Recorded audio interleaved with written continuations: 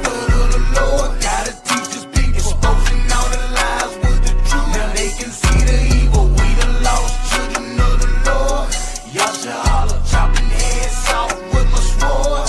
Holy Bible, one West, one West, one West, one West, one West, till they bury me. One West, one West, yeah, one West, one West, one West, till they bury me. I'm really for my people, y'all just playing game. I'm all about the truth, we are not the same. I'ma shoot it to you straight with a little slang. UPK, y'all finished, bitch, yeah, you know the name. Started on the streets back in '69. Read it in the record, now I want what's mine.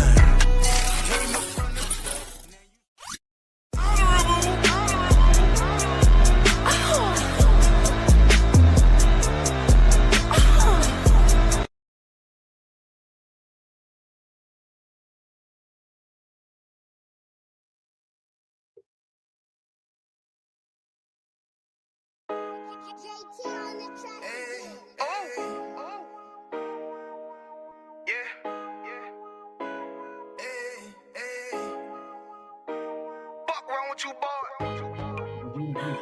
You know what time it is, nigga. Better watch how you step in. Yeah. But that was my niggas. Yeah.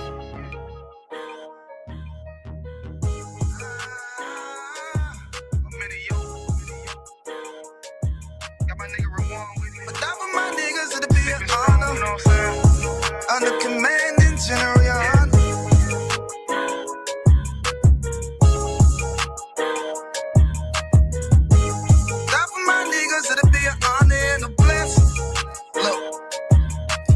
Straight off the top, I love all of my niggas. That shit ain't gon' stop till we on top when we ballin', my nigga. We be fly as fuck, you know them bitches be stalking my niggas. That shit'll never change, and it's the same with all my niggas. City to city, I should be at home. That's what my ribs say. But bitch, I'm grown. I'm in these streets and closed caption. Niggas know we bout that action. If a nigga play with me, then my heart can gon' let him have it. Hey, thank you the shit, this truth the shit. Nigga play, I let that Ruger hit. Get on them tracks, they be like, who is this? I'm rude with it. Ain't got no manners. All them pussy niggas talking shit. Yeah, I know they can't stand us, but we UPK, Louisiana, bitch, that's what I'm ripping. And my niggas solid number, real ones in my section. If you wanna get down, put your boots on, start stepping. Brotherhood is a weapon. Brotherhood is a weapon. Better watch how you stepping, cause brotherhood is a weapon. If I die for my niggas, it'll be an honor and a blessing. Better watch how you stepping, cause brotherhood is a weapon. Brotherhood is a weapon. Better watch how you stepping, cause brotherhood is a weapon. If I die for my niggas, it'll be an honor and a blessing. Better watch how you stepping, cause brotherhood I lay my life down right now for all my sisters and brothers, because I love them. I see them dapping and hug them. It's amazing to see how well we adapt from the struggle. Born again from a life of sin, trapped in the gutter. My mind frame was to kill my own kind. Feeling inferior, waking up ready to die.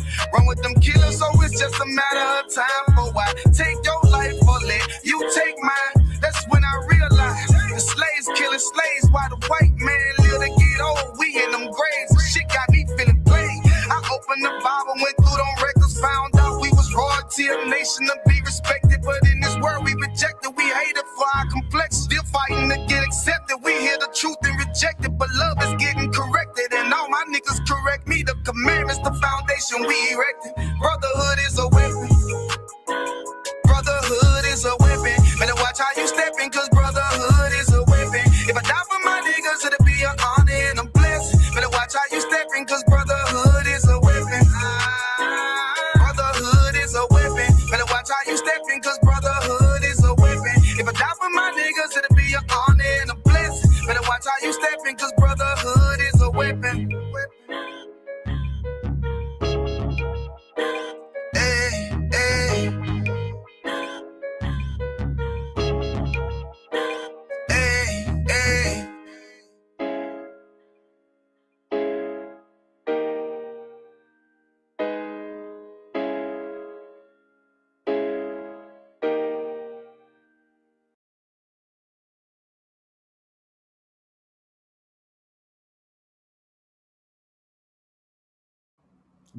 Imagine being able to build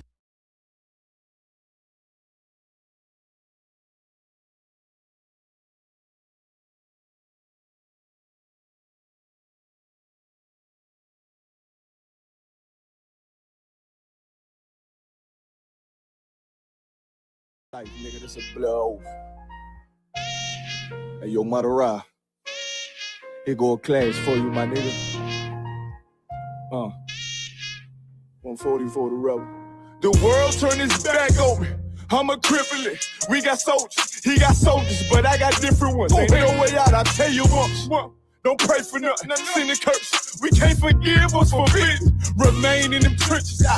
Trust in the Lord, but please forgive me for the times that I did. If rank is given, have your respect to your apprentice. Be about your business, this loyalty's a death sentence. Look, trying to pick up with a blind fit. Hey, they said there'll be many mansions. I'm just grinding for my time share. Them devils ain't playing fair. They hunt you like bad pal, but ain't no getting out the game like Jumanji.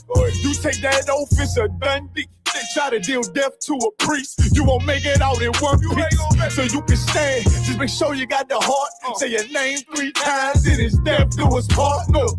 So how you feel about this truth I done shown? This ain't the like you think, little nigga. I should want. Even your own people go this zone. And the Lord said they hate you for my name, so you better keep it on.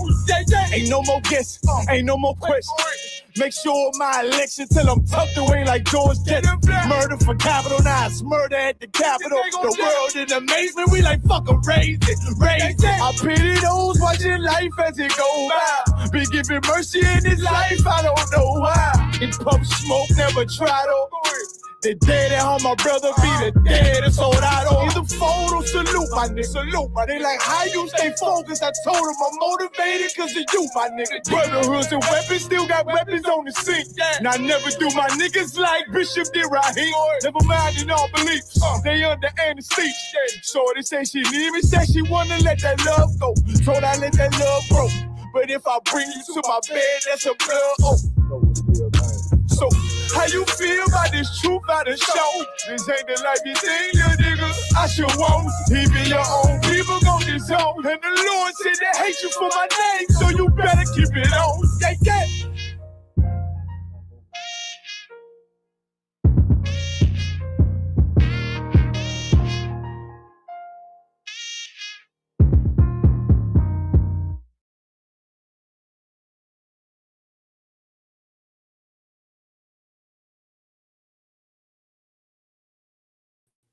Clap it up.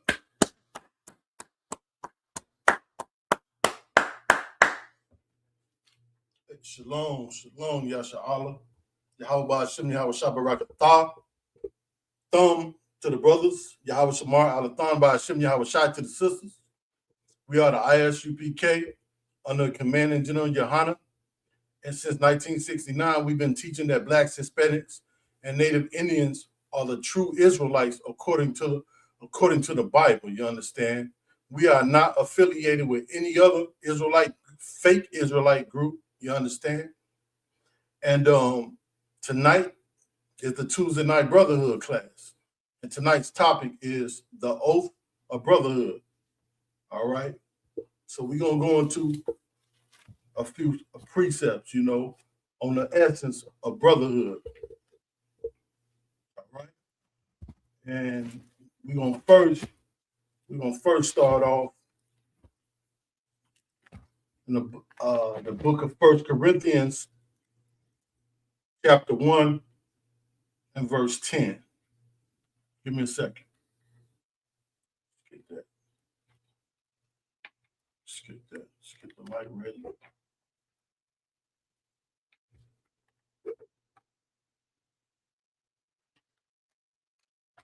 All right, here we go. The book of 1 Corinthians, chapter 1 and verse 10.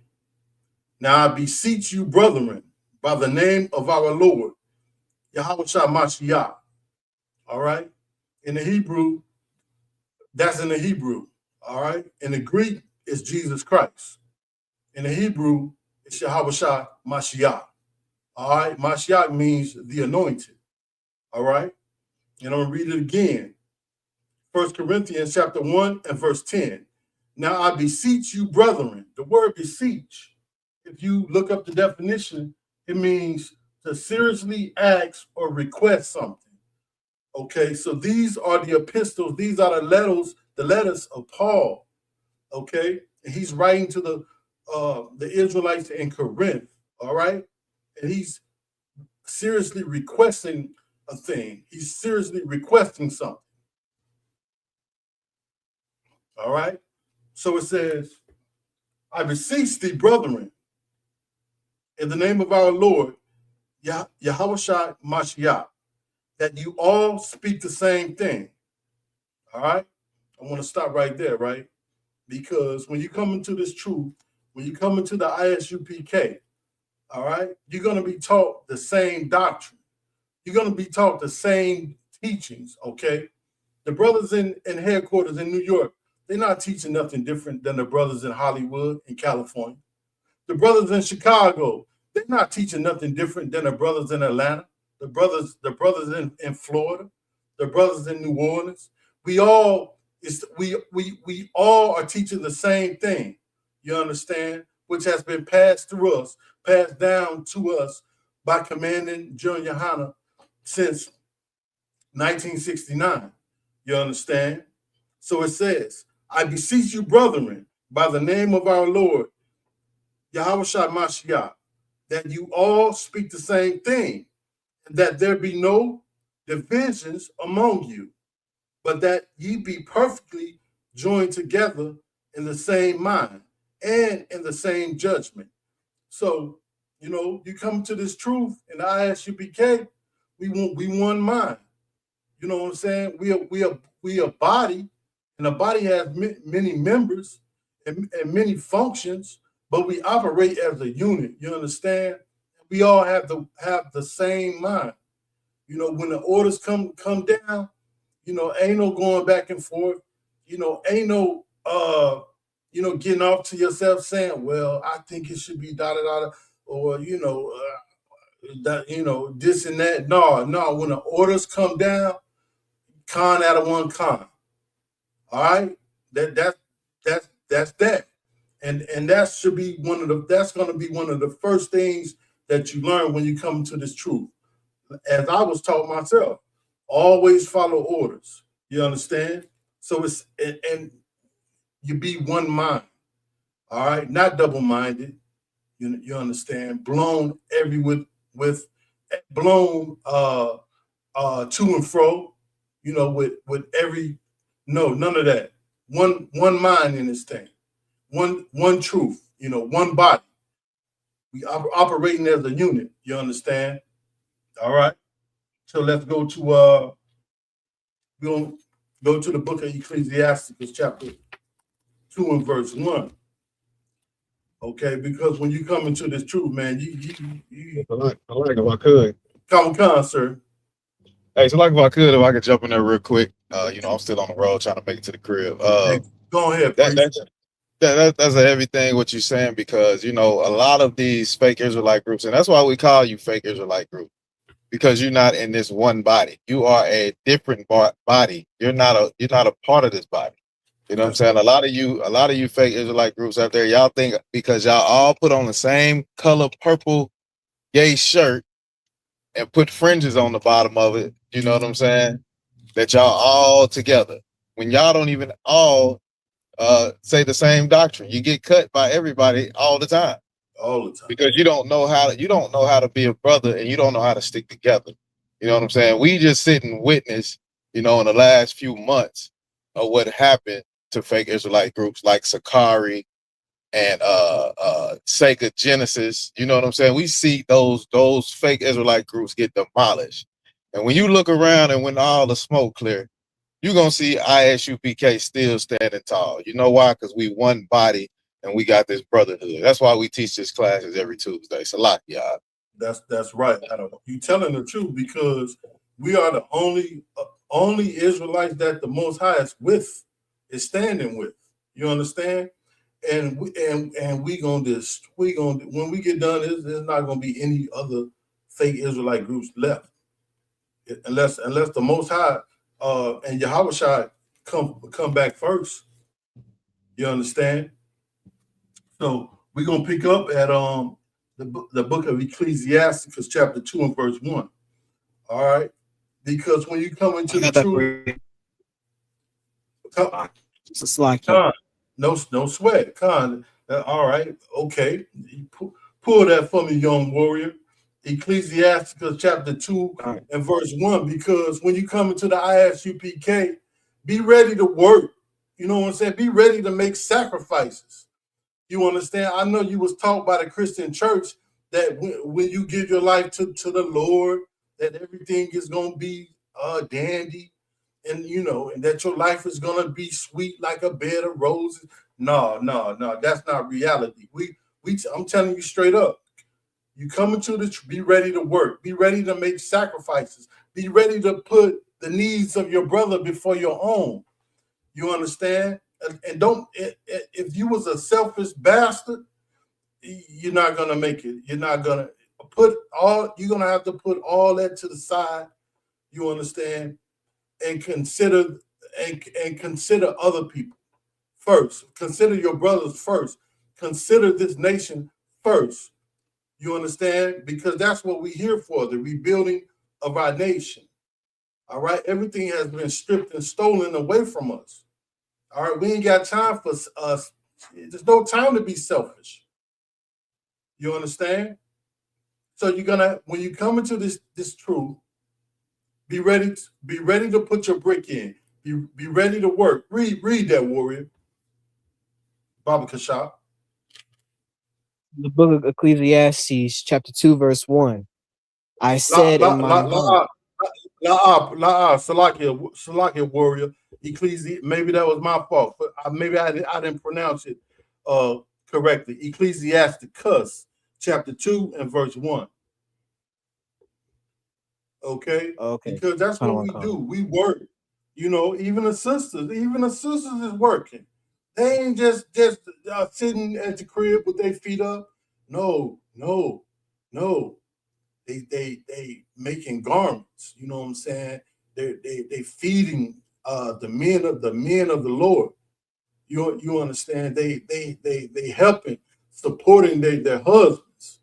You understand? Making sure taking care of the house, making sure everything is pleasant, making sure everything is clean and and peaceful. So when the men get done working, when we come home, making sure we're able to rest. You understand? And many other things. Beyond that. Point being, we all are playing out. We all have parts and roles to play. You understand? Let me know when you got that, warrior.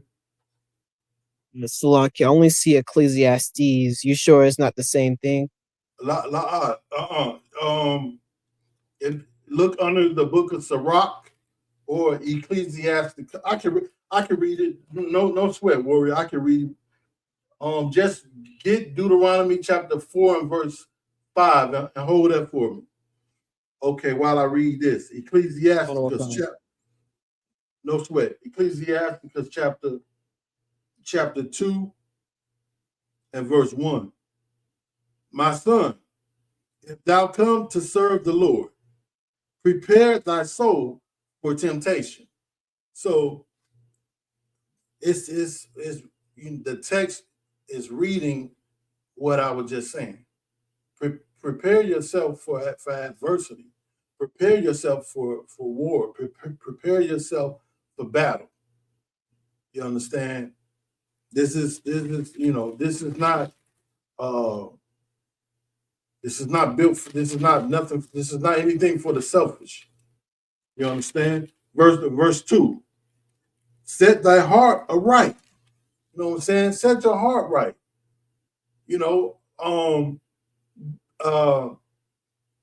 Set your heart right. Don't consider be looking at the whole picture. We're here to build the nation, to rebuild the nation. You know what I'm saying? Be ready to deal with your brothers and sisters in a righteous manner. Set your heart right. You know, be ready to put away the old man. You know, be ready to put in your 90 days. You know, for some people, it may take a little longer than that, but that's neither here or there, however long it takes. You know, be ready to put in work, you know, so that you can be reborn again, get you a new Hebrew name, you understand, and come into this truth, you know, and be ready to run, be ready to be zealous for the Lord, for the Most High. You know, set your heart right. Be ready to deal with your brothers and sisters in a manner that you would want them to deal with you. You know, in a manner that is righteous, in a manner that is honest, truthful. You understand? Put that old man, that old person away. You know, leave that person in the world. You know, that you're coming out of. You want to set your heart aright. You understand? And the text reads, and constantly endure. You know, be ready to endure. That means everything is not going to be sweet all the time. Yes, we're gonna enjoy one another. Yes, we're gonna have enjoy the feast days. Enjoy, you know, being around the brotherhood. You know, sisters. Yes, you're gonna enjoy being with just the sisters. You're gonna enjoy, you know, the Passover. You know, the Sabbath, the many feast days, but it's not all gonna be, you know, fun and games. You understand? Be ready to endure and make not haste in the time of trouble. Meaning, when things don't go your way, or when things is not so you know, recreational, don't be ready to break camp. You know what I'm saying?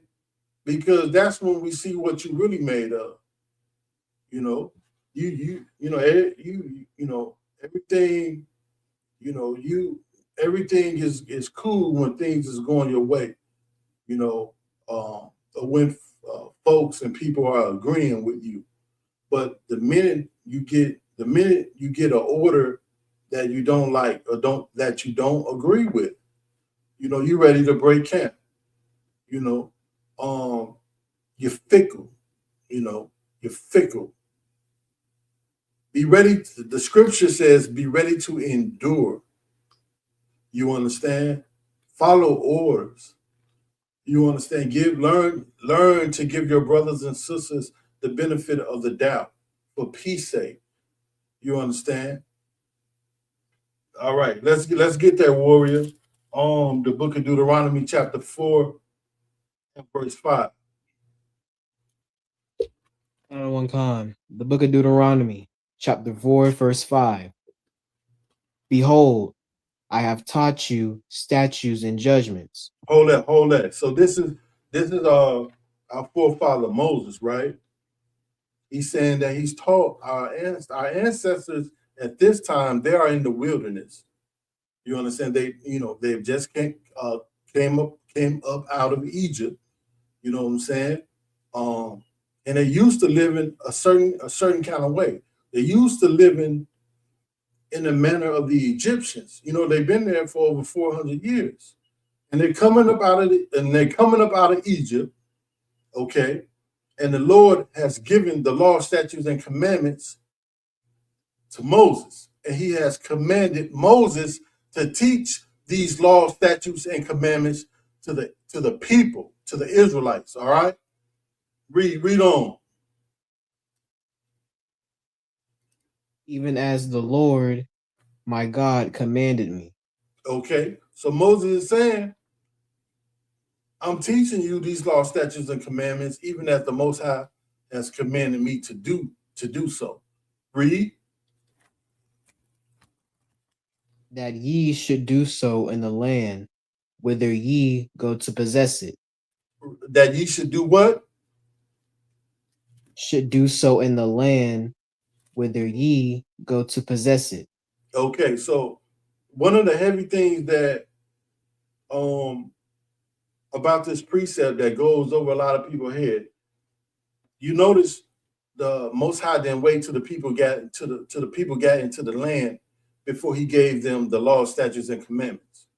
Okay, and what's so heavy about this precept is, a lot of fake Israelite groups, they say that, well, we don't have to gather together. When the Most High get here, then he's gonna bring us all together, and then, we're gonna do this, and then we're gonna do that. But okay, that's just an excuse for them to use, because it's certain things that they just don't want to do, whether it be because they got too much pride, who knows. But you notice the Most High gave the law, statutes, and commandments to his people while they were yet in the wilderness, before they got into the promised land. Okay, he didn't wait until you got into the land to give you these laws. No, he for one, he knows it's going to take you some time, to get accustomed to these laws, statutes, and commandments, because you've been around these heathens for so long, and to the point that you act like them. So the Lord gave us he gave us our constitution, for lack of better words. He gave us these laws, statutes, and commandments while we were yet in the wilderness, so we could begin to repractice and rehearse these righteous acts, like the book of Numbers say. Okay, so all that, the Lord, when the Lord come back, then we'll do this, and then we'll do that, and then we'll gather together, and then we'll come to y'all Passover. That ain't nowhere in the Bible. Okay, the book of Numbers, and you can look it up. It says that we are to rehearse the righteous acts now. You don't wait. Ain't no waiting till you get into ain't no coming into the promised land. Then you want to start. No. You are to do these things and practice these things now. Get these laws, statutes, and commandments in your spirit now. Get the understanding and how to deal with your brothers and sisters, and how to keep the high holy days now, before we get into the land. So when you get into the land, you already know how to act. To me, it's just common sense. You understand? You get these things in your spirit before you get there. So when you get there, you already know how to conduct yourself. You understand? Read that, warrior, Baba Kasha. Verse 6, keep therefore and do them. For this is your wisdom, this and is your understanding. Your wisdom. And your understanding in the sight of the nations. In the sight of the nations. You know what I'm saying? And the Lord gave us, the most, the wisdom, the knowledge, the best wisdom and knowledge on earth, to where if we practice the law, statutes, and commandments that the Most High gave us, other nations will look at us and they admire us, and they will say, man, those people are, man, they really, it's really inspiring how they conduct themselves, how they deal with one another, and there's precepts in the Bible where when we were keeping these laws, statutes, commandments as a nation, how other leaders of other heathen leaders, they would hear about how we got down, how we conducted ourselves, to the point to where, they wanted to come see for themselves. You can read about that, how the Queen of Sheba, How she traveled many miles, because she heard about the fame and the wisdom, what I'm saying, of King Solomon, to the point where she had to come see for herself. Is that out of? I see you out of one. You know what I'm saying? So Yeah, go ahead. I just wanted to add on to your point real quick. Go ahead, priest. You like you said, keep therefore enduring, man. We got to give Christ something to come back to. You know what I'm saying? Like, we should already be doing these things. You know what I'm saying? Let Christ look down and be like, okay, my brothers and my sisters are already down there rocking. You know what I'm saying? Let me go back and get my people.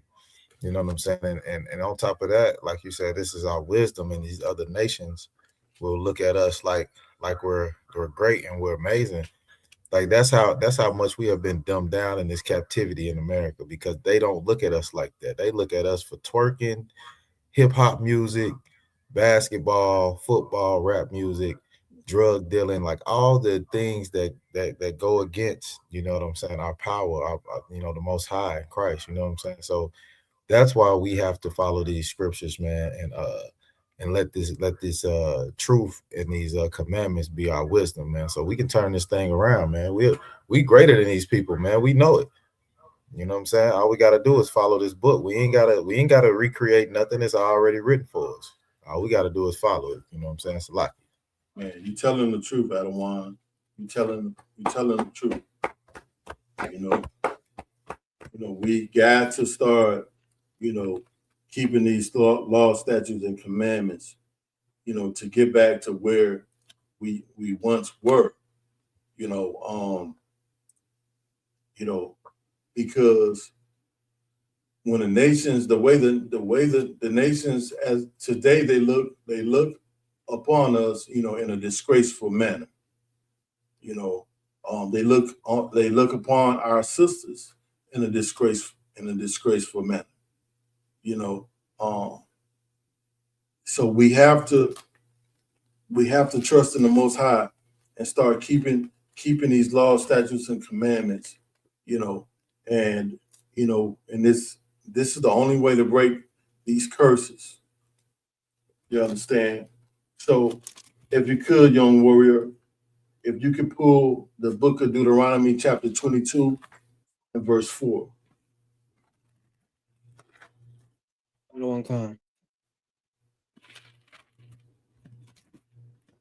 And that's what we're doing in our ISUPK.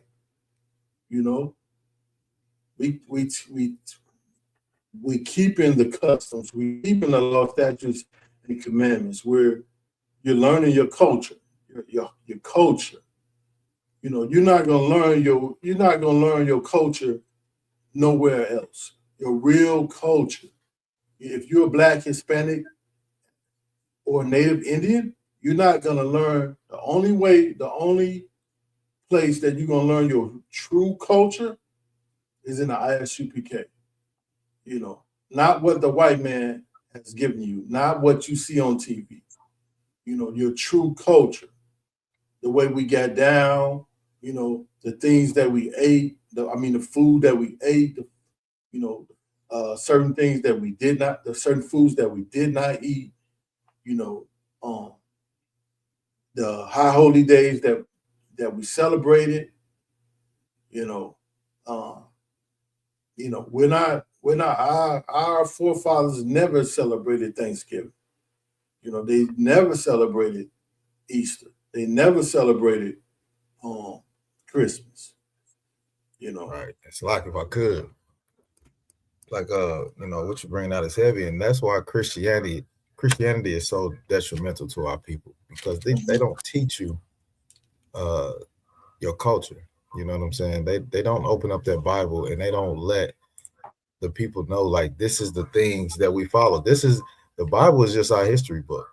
You know what I'm saying? That's all the Bible is. It tells us our good, our bad, and the ugly. You know what I'm saying? It tells you what's going to be good if you follow the Most High, and what's going to be bad if you don't follow the Most High.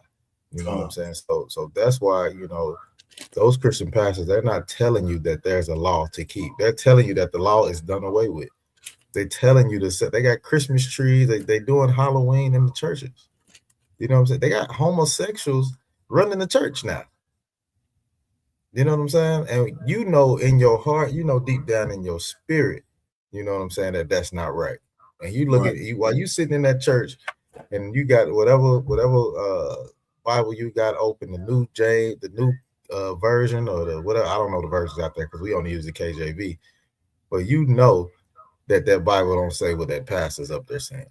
So that's why you need to get out that church and, like the brother said, man, get in these classes, get in the ISUPK, find the nearest school near you in your city, and get in here and learn your true culture. Salaki.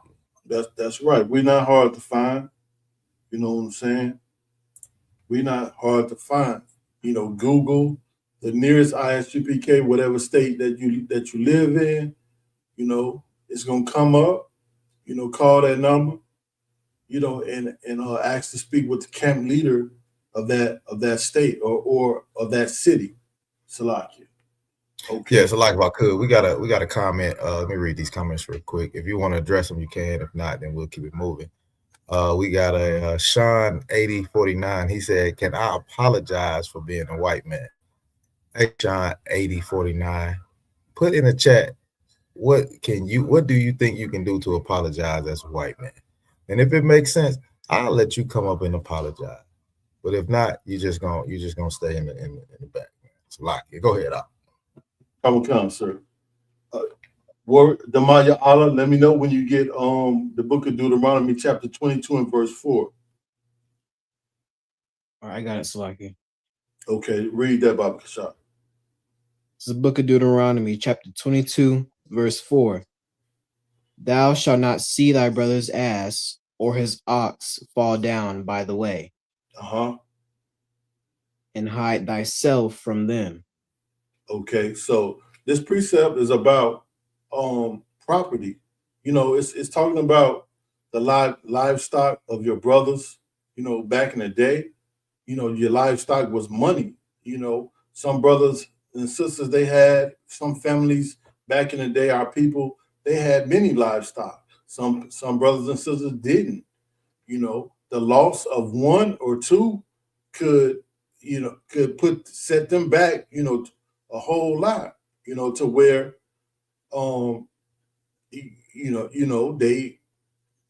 they may have to miss a meal or two, you know. So the point I'm trying to make is that livestock was of value.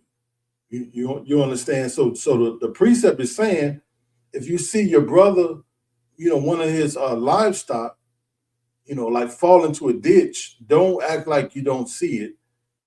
You know, when you're in a position to help that brother, you know, get his donkey or his cattle up out the ditch. Now how you relate that to today's terms, it's in this manner. If you in a predicament to help your brother or sister, don't act, you know, don't act like you don't see him. You know what I'm saying? Don't disregard. Don't disregard it. You know, man, lend a helping hand. You know, stop and help that brother, stop and help that sister. You know, if it's in your power to do so. If you are in a position to help your brother or your sister, you know, help your brother, help that, you know, because it's a shame to where, because what these oppressors, they try to make you look bad, and what they do is our brothers and sisters will need help, and you'll see oppressors. You see oppressors try to ask them, do they need any help? Do you need any help? Before our own people, and that should not be. You understand? And that should not be. So if you see your brother or your sister that's in need, man, you know, get that brother or that sister a helping hand. Read on, warrior. It's like, if I could, real quick. Come on, sir. Nah, I kind of knew you was going. I see you stop yourself, but this is the time where Christians use the term turn the other cheek. When it's time to help your brother, you want to turn the other cheek. You know what I'm saying? Which that's not what it means. It means to forgive your brother, but that's what most Christians do. They see their brother sitting on the side of the road, knowing they got a jump box in their car, some jumper cables, or whatever the case may be, to help your brother and let him get on the road and do whatever he needs to do. But what most people would do is sit back and watch their brother sit on the side of the road and not help him at all. You know what I'm saying? And those little things right there will help, you know what I'm saying, build the confidence in our brothers and help build this nation back up. But yeah, I just wanted to jump in right there, Shalaki. Yeah, you're right. I don't want. You're right. You're right. All right, young warrior. Can you read the rest of that, Baba Kasha? Thou shalt surely help him to lift them up again. Okay, so read it from the top. Verse 4.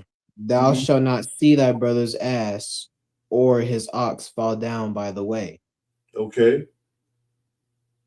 and hide thyself from them. Don't act like you don't see it. Some people do that. They see you struggling with something. They see you struggling with your groceries.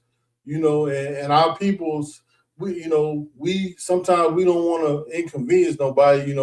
So we you don't want to just ask nobody, but you'll turn around, see if somebody see you struggling. Maybe if they see that you looking at them, that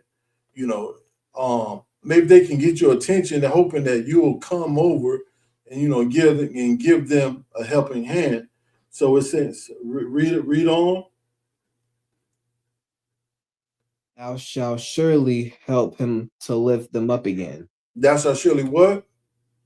Help him to lift them up again. Man, go over there and get that man. Man, you need some help. Go over there and get that brother, that sister a helping hand. You need some help. Is it something I can do? You sure?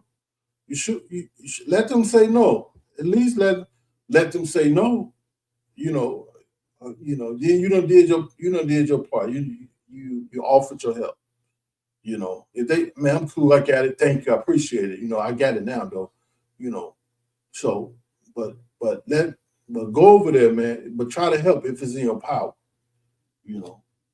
All right, let's go to the book of Psalms, chapter 133. And we're gonna start at verse 1. So, like, if I could, let me address this comment real quick, while you got it. What the the devil Sean said, "I will bow down, master. Is that good enough?"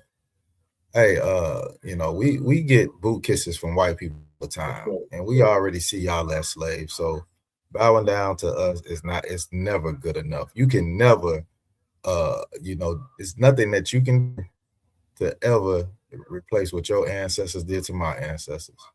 So no, bowing down to your masters is not good enough. You got to come up with something better than that. You got to make us say, maybe that may be a good apology. You know what I'm saying? I can give you the solution to what it is, but I'm gonna sit here and let you think about it a little bit and make sure this apology that you want to give is sincere. You know what I'm saying? It's a lot.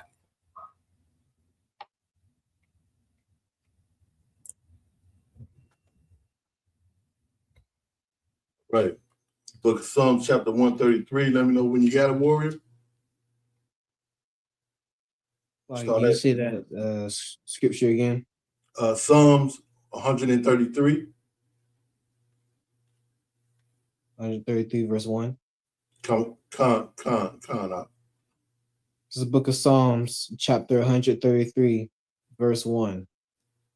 A song of the degrees of David.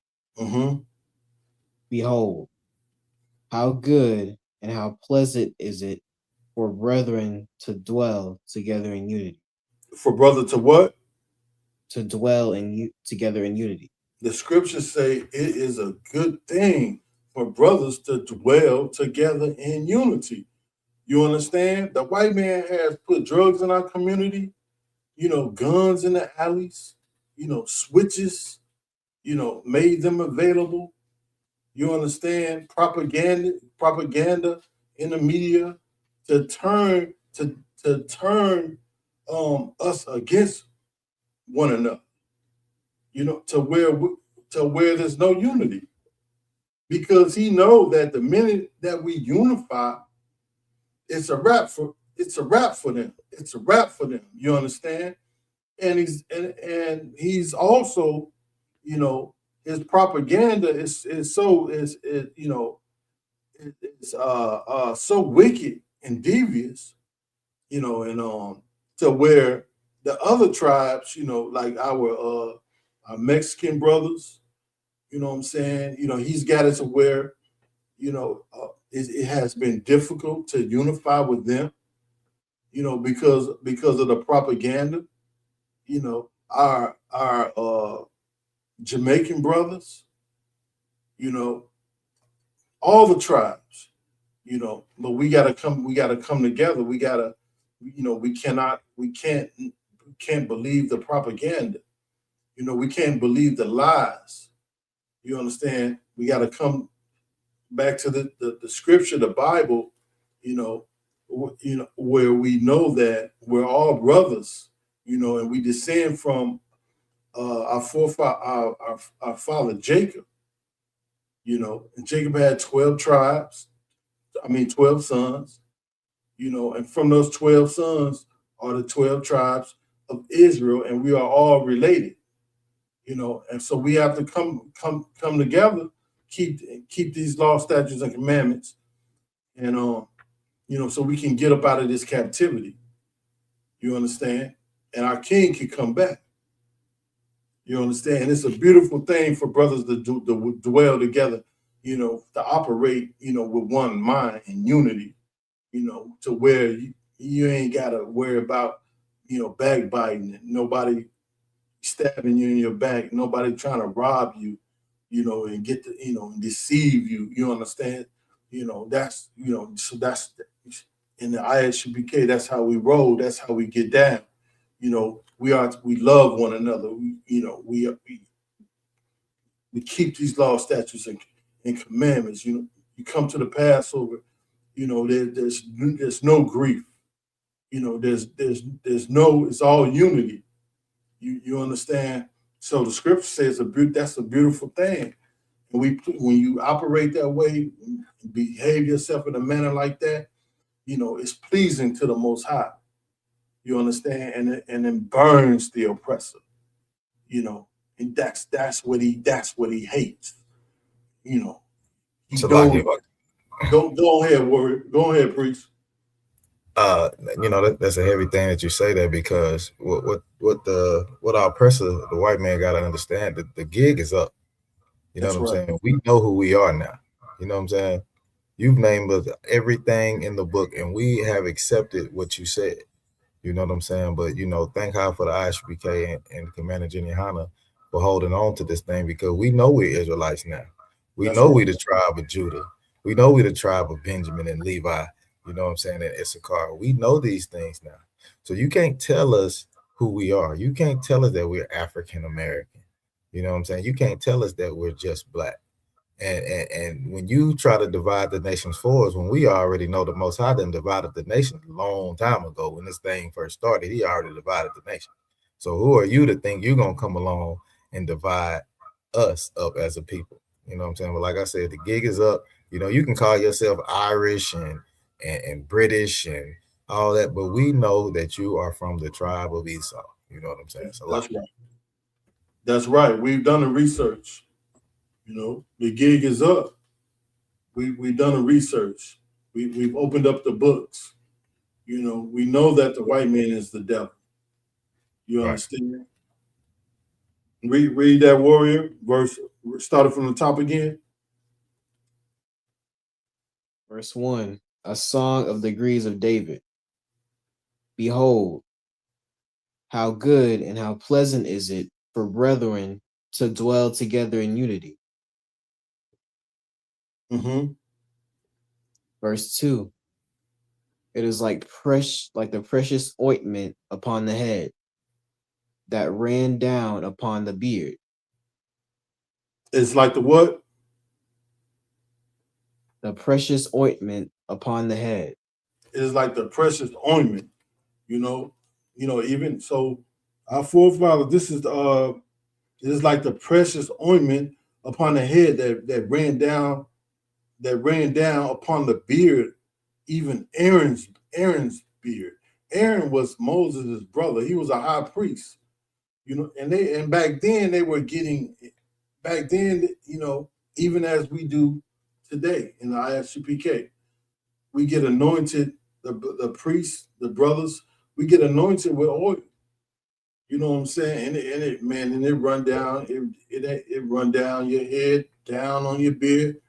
You know what I'm saying? And it is not to be taken lightly.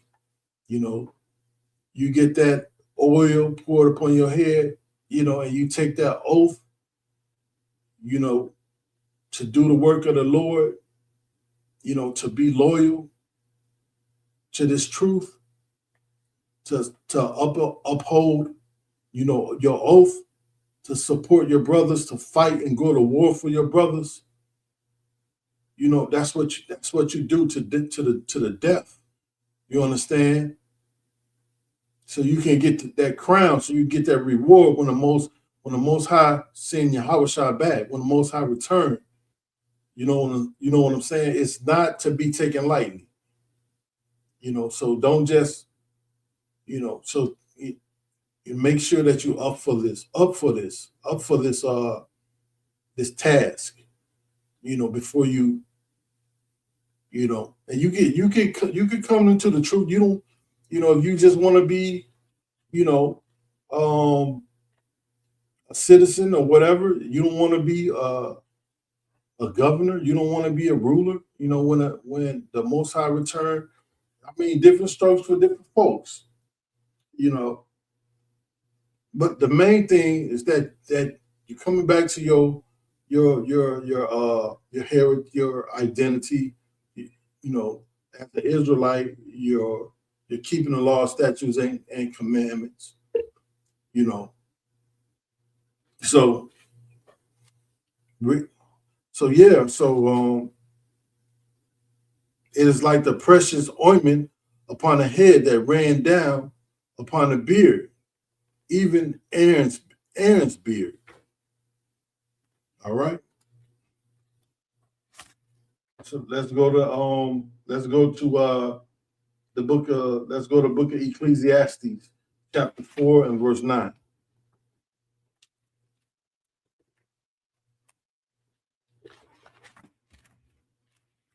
If I could add on to what you were saying, like about the oil being poured on your head, man, as when you come into the school and you get your new name, you know, that oil get poured on your head, man, and it runs down exactly like it says in the scriptures, brother. Oh man, it's so glorious, you know what I'm saying? And that thing soaks in your head and it seals off the crown of your head, you know what I'm saying?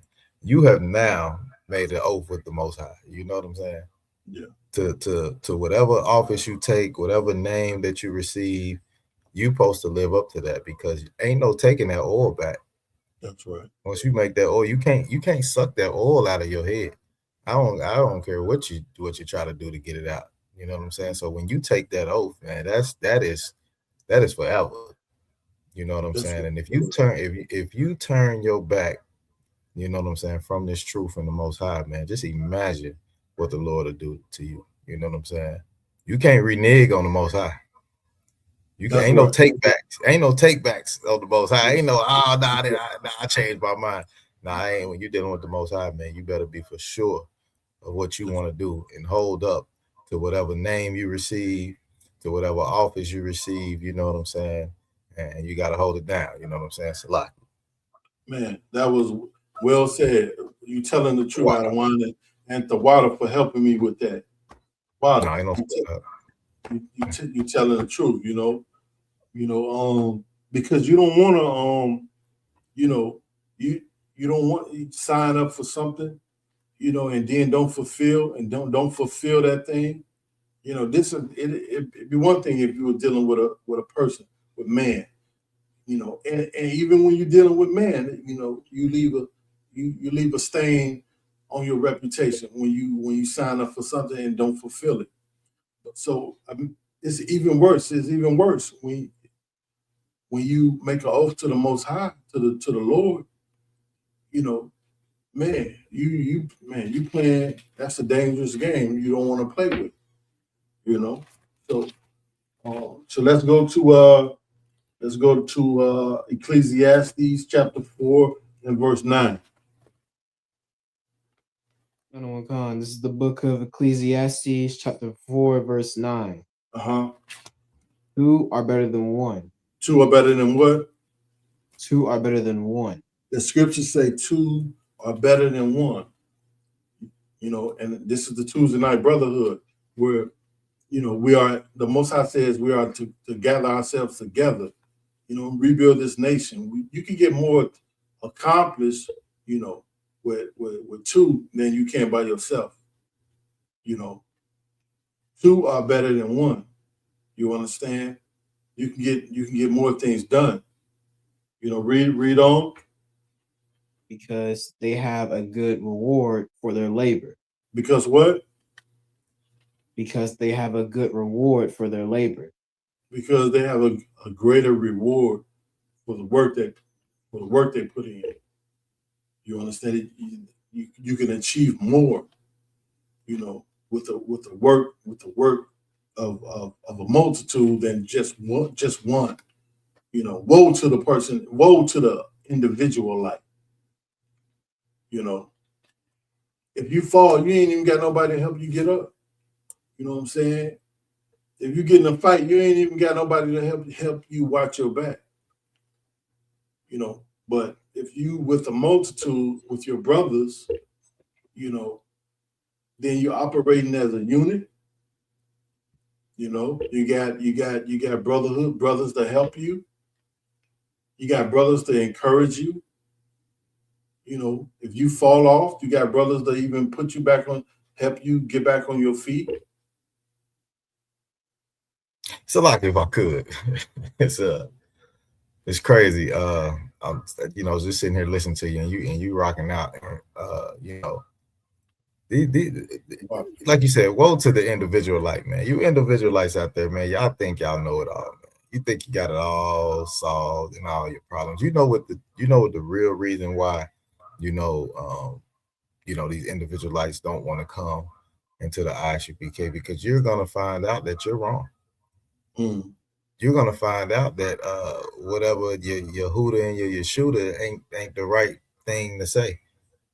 You know what I'm saying? You're gonna learn that you need a brotherhood. You just don't want to be told wrong. You don't want to get checked on something that you know you shouldn't be doing. Because right now, you individualize who's holding you to anything right now. That's right. If you break a law, who's gonna come and say, hey, man, that that ain't right. You know what I'm saying? You need to sit down for a minute. You need to such and such or whatever. You know what I'm saying? You need to get a check-in, but you individualize do not want rebuke. So that's why you won't come up in here. So Lockie, that's everything you brought out. No, you're telling the truth, Adawan, because you know these individualites, you know, they're gonna end up. That's how people get abused. You know, there's a documentary about something the nature boy. You know, and right. You know, they start their own groups. You know, abusing women. You know, abusing men. You know, and they making up their own doctrine. You know, going about their own way at the expense and at the lives of others. You know, and you go and you setting yourself up for failure when you trying to follow these individualites. You know, when the ISUPK is tried and true. You know what I'm saying? Since 1969, this thing has been passed down to us. This precious thing has been given to us from the Most High. You understand? That's why we don't deal with it. We don't take it lightly. You know, man. But yeah, though, man. Let's get where we at? Read verse 10, young warrior. Hold on 1 second.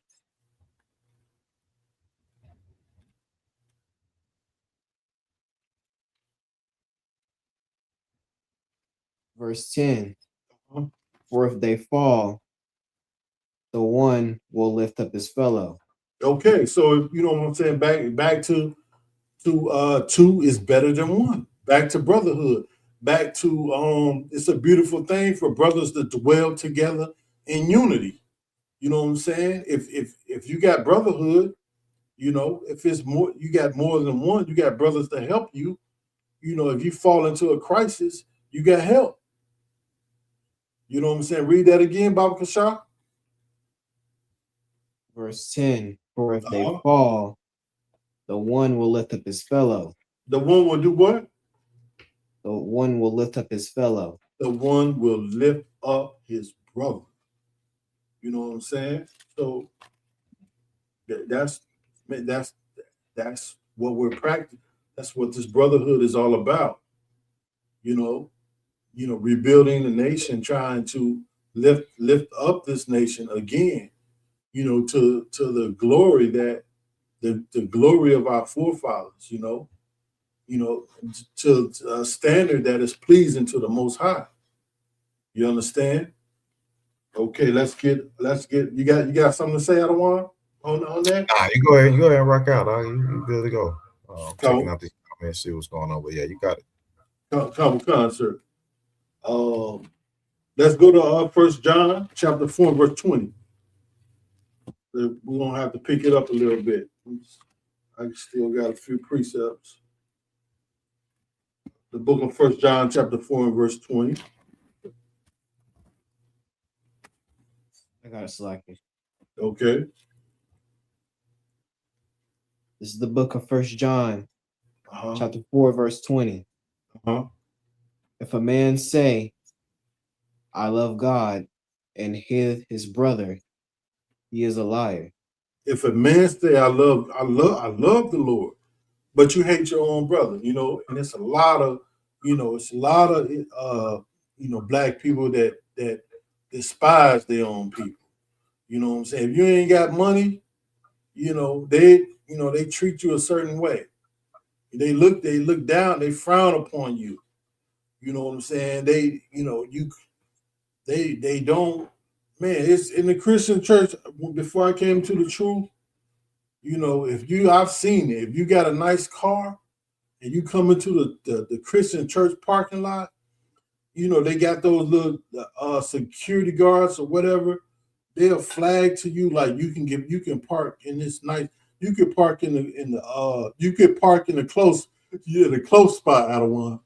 If you got a Cadillac out of one, then they'll wave you to the front. If you got a Mercedes, they wave you on. You know what I'm saying? They let you park. You know, thinking you somebody important. You know, that's that respect of persons. You know what I'm saying? You know, so they hate the poor. You know, they want you. Yeah, he got money because they know that they figured you got money to put in the offering. You know, read that again. Read that again, Baba Kasha. Verse 20. If a man say, I love God, and hate his brother, he is a liar. He is a what? He is a liar. They do not, Jamal Bryant do not love black people. You understand? He loved money. Creflo Dollar do not love black people. They love money. You understand? He is a what? He is a liar. All right, read on. For he that loveth not his brother, whom he hath seen, how can he love God, whom he hath not seen? All right. You know, you got elderly women, you know, that been paying tithes for years in these Christian churches. And when they fall on hard times, you know, they can't get no help from these Christian churches. Salaki, shalom. Y'all about shit what's going on? What's going on? Hey, What's going on? How you doing? What's going on? Man, shalom, Yahweh. Good for you. Glad you could tune in. Glad I could. You know what I'm saying? Good to see y'all, man. Yo, shalom. Most right. Most High Christ. You got something to say? You got something to say, priest? You know, I'm gonna put in my input in a minute. You know what I'm saying? I'm put my input in a minute. I'm just listening right now. You know what I'm saying? You know, I'm gonna chime in a minute. All right. Okay. Just anytime. You got something to add. Chime in anytime, priest. All right, Most High Christ, the water. All right, no, young boy, no sweat. It's like if I could real quick. Let me address this comment real quick. It says, "Hi, sir, Edomite devil here. Do you men accept virtual boot kisses? I just dumped my whole bank account into the ISUPK. Don't even got food, but I know it was more important to serve." Now that is the spirit, white boy. That's the spirit that you need to have right there. You need to pass that on to all your white friends. Go tell what they say. Go tell a friend. You know what I'm saying? Run up to the highest mountain and tell them that you white people need to serve black people for once in your life, man. Give us everything you got, because you benefit off the land that you stole. All the goods and the wealth and everything that you have, you got it because you stole it from the Native American Indians. You know what I'm saying? And you put black people in slavery, and they work for you for free. They build your country up for free. So you own everything to blacks, Hispanics, and Native Indians. Salah. That's right. That's right. You telling the truth. Right. You telling the truth. Okay. Can you finish that precept, warrior? Where we at? First John chapter 4 and verse 20. You want me to redo the verse again? Con, you can start from the top. Verse 20. If a man say, I love God, and hateth his brother, he is a liar. Mm-hmm. For he that loveth not his brother, whom he hath seen, how can he love God, whom he hath not seen? Right. So, man, these people, these Christians are in for, they're gonna be in for a surprise. All right, let's go to 1 Peter chapter 2 and verse 17. Because you gotta love your brother. You gotta help your brother, have compassion for your brothers and sisters. We all in captivity. We all are being oppressed. Most High is watching. When you go to the drive-through, or when you go out to the restaurant, brothers and sisters, don't be, man. Some of y'all treat the waitresses just so bad. And it be some of y'all sisters, y'all real bad on these waitresses. On these waitresses, if your food ain't right, or that, that chicken tender ain't, y'all is real hard. I know this is the brotherhood class, but I don't want. I'm gonna sprinkle a little bit on, in here for the sisters. You know what I'm saying? We can't. I ain't gonna. Right. I'm not gonna let them off the hook. But you got to. I've seen. Some of y'all. Just deal harshly with your own people over some of the most minor things. Because because you said no ketchup and they put ketchup on it. Okay, big deal. All right, they'll make it over. Yeah. That don't cause for you to climb through the drive-through the window. Right. They if I could real quick, like you said, that if them chicken strips ain't fresh out that grease, boy, that sister gonna act a fool. You know what I'm saying? And it's a crazy thing because our people go to these black restaurants, and you better be you better be ready for that good review. You better be ready to give your best service when somebody come through that line. And if you don't, your black institution will be shunned. But McDonald's mess up on orders all the time. I had to stop going to McDonald's because they mess up on my goddamn order so much. Yeah. But we'll keep going back to McDonald's and giving the white establishment chance after chance after chance. But if a black person make one mistake, man, it's a wrap. You know what I'm saying? I ain't, they say I ain't going back there. I'll never go back there again. That never get my money. You know what I'm saying? We shouldn't do our people like that. You know what I'm saying? It's a lot.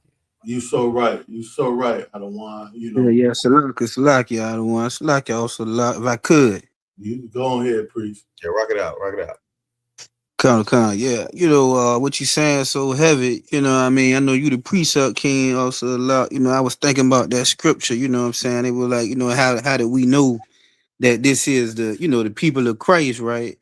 As far as how we deal with each other. And that's what what y'all was saying. That's what that was making me think about. I wish I could remember that verse, right? Yeah, okay. I'm butchering it, but what it is, what I'm saying, how we deal with each other, man, it's so heavy because people watching. What I'm saying, I know y'all was just talking, generally speaking, but it made me just think about how we deal with each other. This brotherhood, man. What I'm saying? We gotta, make sure that's how we deal with each other here in the ISUPK. We deal with each other right, man. You know what I'm saying? So, the people on the outside know, like, okay, they got something for real going on as far as how they deal with each other, and we showing them how they should deal with each other, man. And that's why it's so important that we really deal with each other the right way, man. And here and be, sure not to, offend each other, man, and just be, real careful, man. And meticulous, what I'm saying, and how we deal with each other, man. So, that was a heavy, statement you made. I just wanted to, add that the water. Man, you telling the truth. You telling the truth, priest, and I appreciate it because only in the ISUPK, we have class. You understand? We have class in all venues. You understand? We go in front of the judge. You know what I'm saying? The Most High is with us. And yet we behave ourselves, with class, manly, masculine. You understand? No, no matter where we go, you understand? We operate, in a way that is of dignity.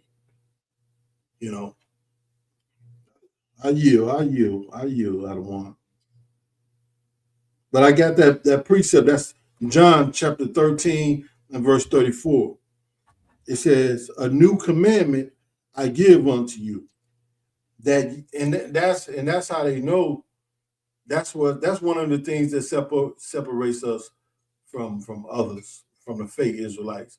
How we conduct, how we deal with one another. Right. We're not fake. We're not phony. We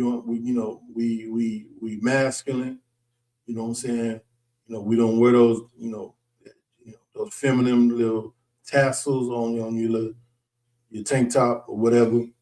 Right. But it says a new commandment I give unto you, that ye love one another, as I have loved you, that ye also love one another. Hold on, I know that's not the one. I thought that was the one. But I know which one you're talking about, though. I thought that was the one, but no, that's not the one. Yeah, I found it. See if I might find it. But yeah, though, you know what I meant, though. Yep. Come. Okay.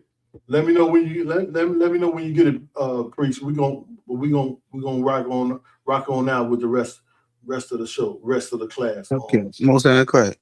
No sweat. Okay, let's go to Matthew chapter 18 and verse 15.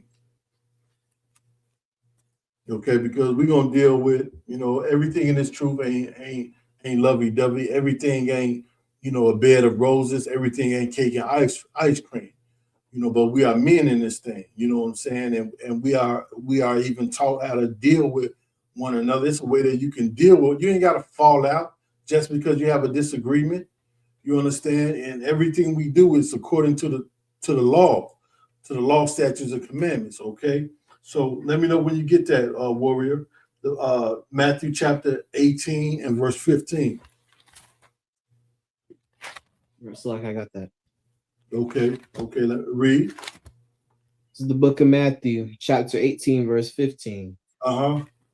Moreover, if thy brother shall trespass against thee, go and tell him his fault. Go and tell him his fault. Go and tell him where he went wrong.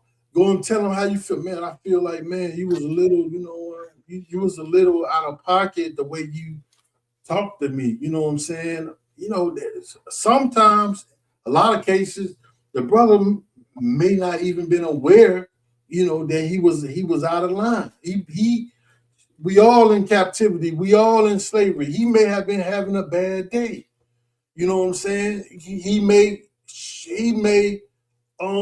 dealing with a lot of stress, trying to figure out how you gonna pay us, and sometimes things can come out the wrong way, you know what I'm saying?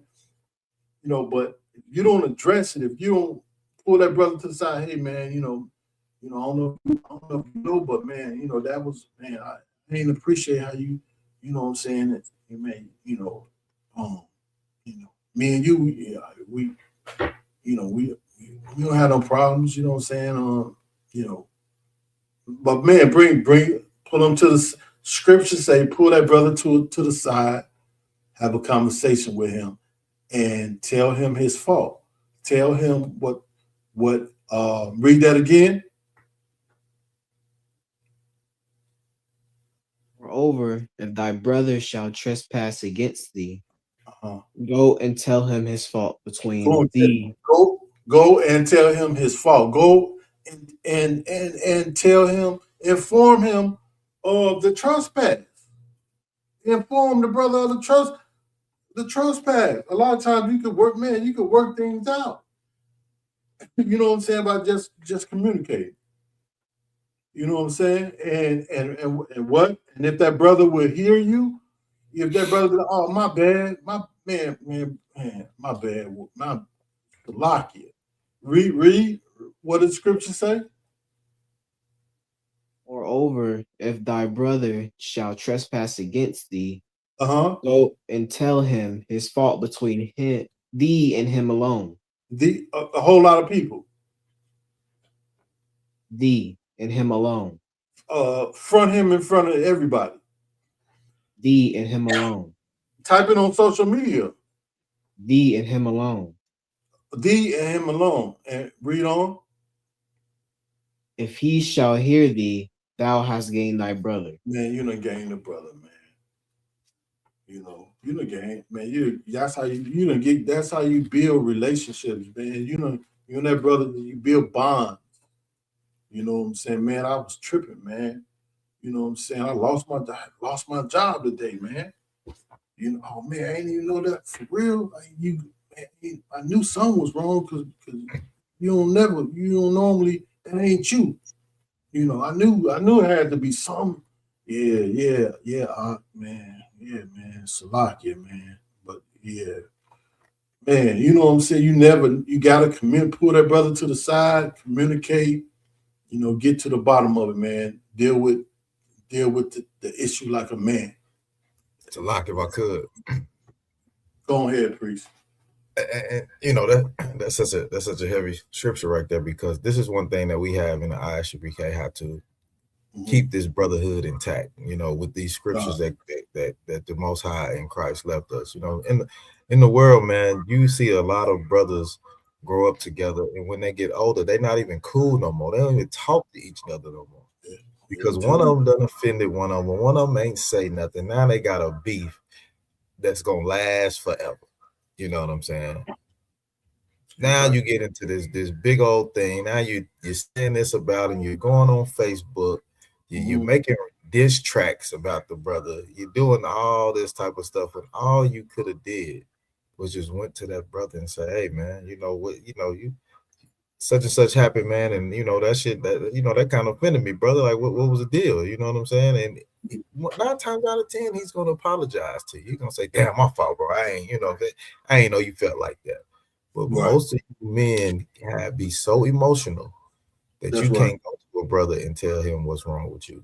You can't go to a brother and be like, "Man, you loan me, I loaned you $20, man. You know, we ain't got to fall out over $20. You know what I'm saying? It's all good." The brother might reach in the pocket and say, "Hey, man, go 40, man. My bad. I forgot all about that 20, man. My bad. It's all good." But that's what we learn up in here to keep this brotherhood intact. Is to always go to your brother. You ain't gotta tell nobody you need to go. You going to your brother. Just pull your brother to the side, let them know what the deal is, man. Repair that relationship, and that's how we build this brotherhood. You know what I'm saying? It's a lot. You telling the truth, Adam. Christ. All right. You telling the truth, you know. And when it says go to your brother, that don't mean go to him like you big and bad. You know, go to that brother like you would want somebody to, in a manner, in a way that you would want somebody to approach you. You know. Right, then right. All right. Let's go to Ecclesiasticus chapter 9 and verse 9. Here we can start bringing this thing on home. Ecclesiasticus chapter 9 and verse 9. Okay. We don't get into how to not be over friendly with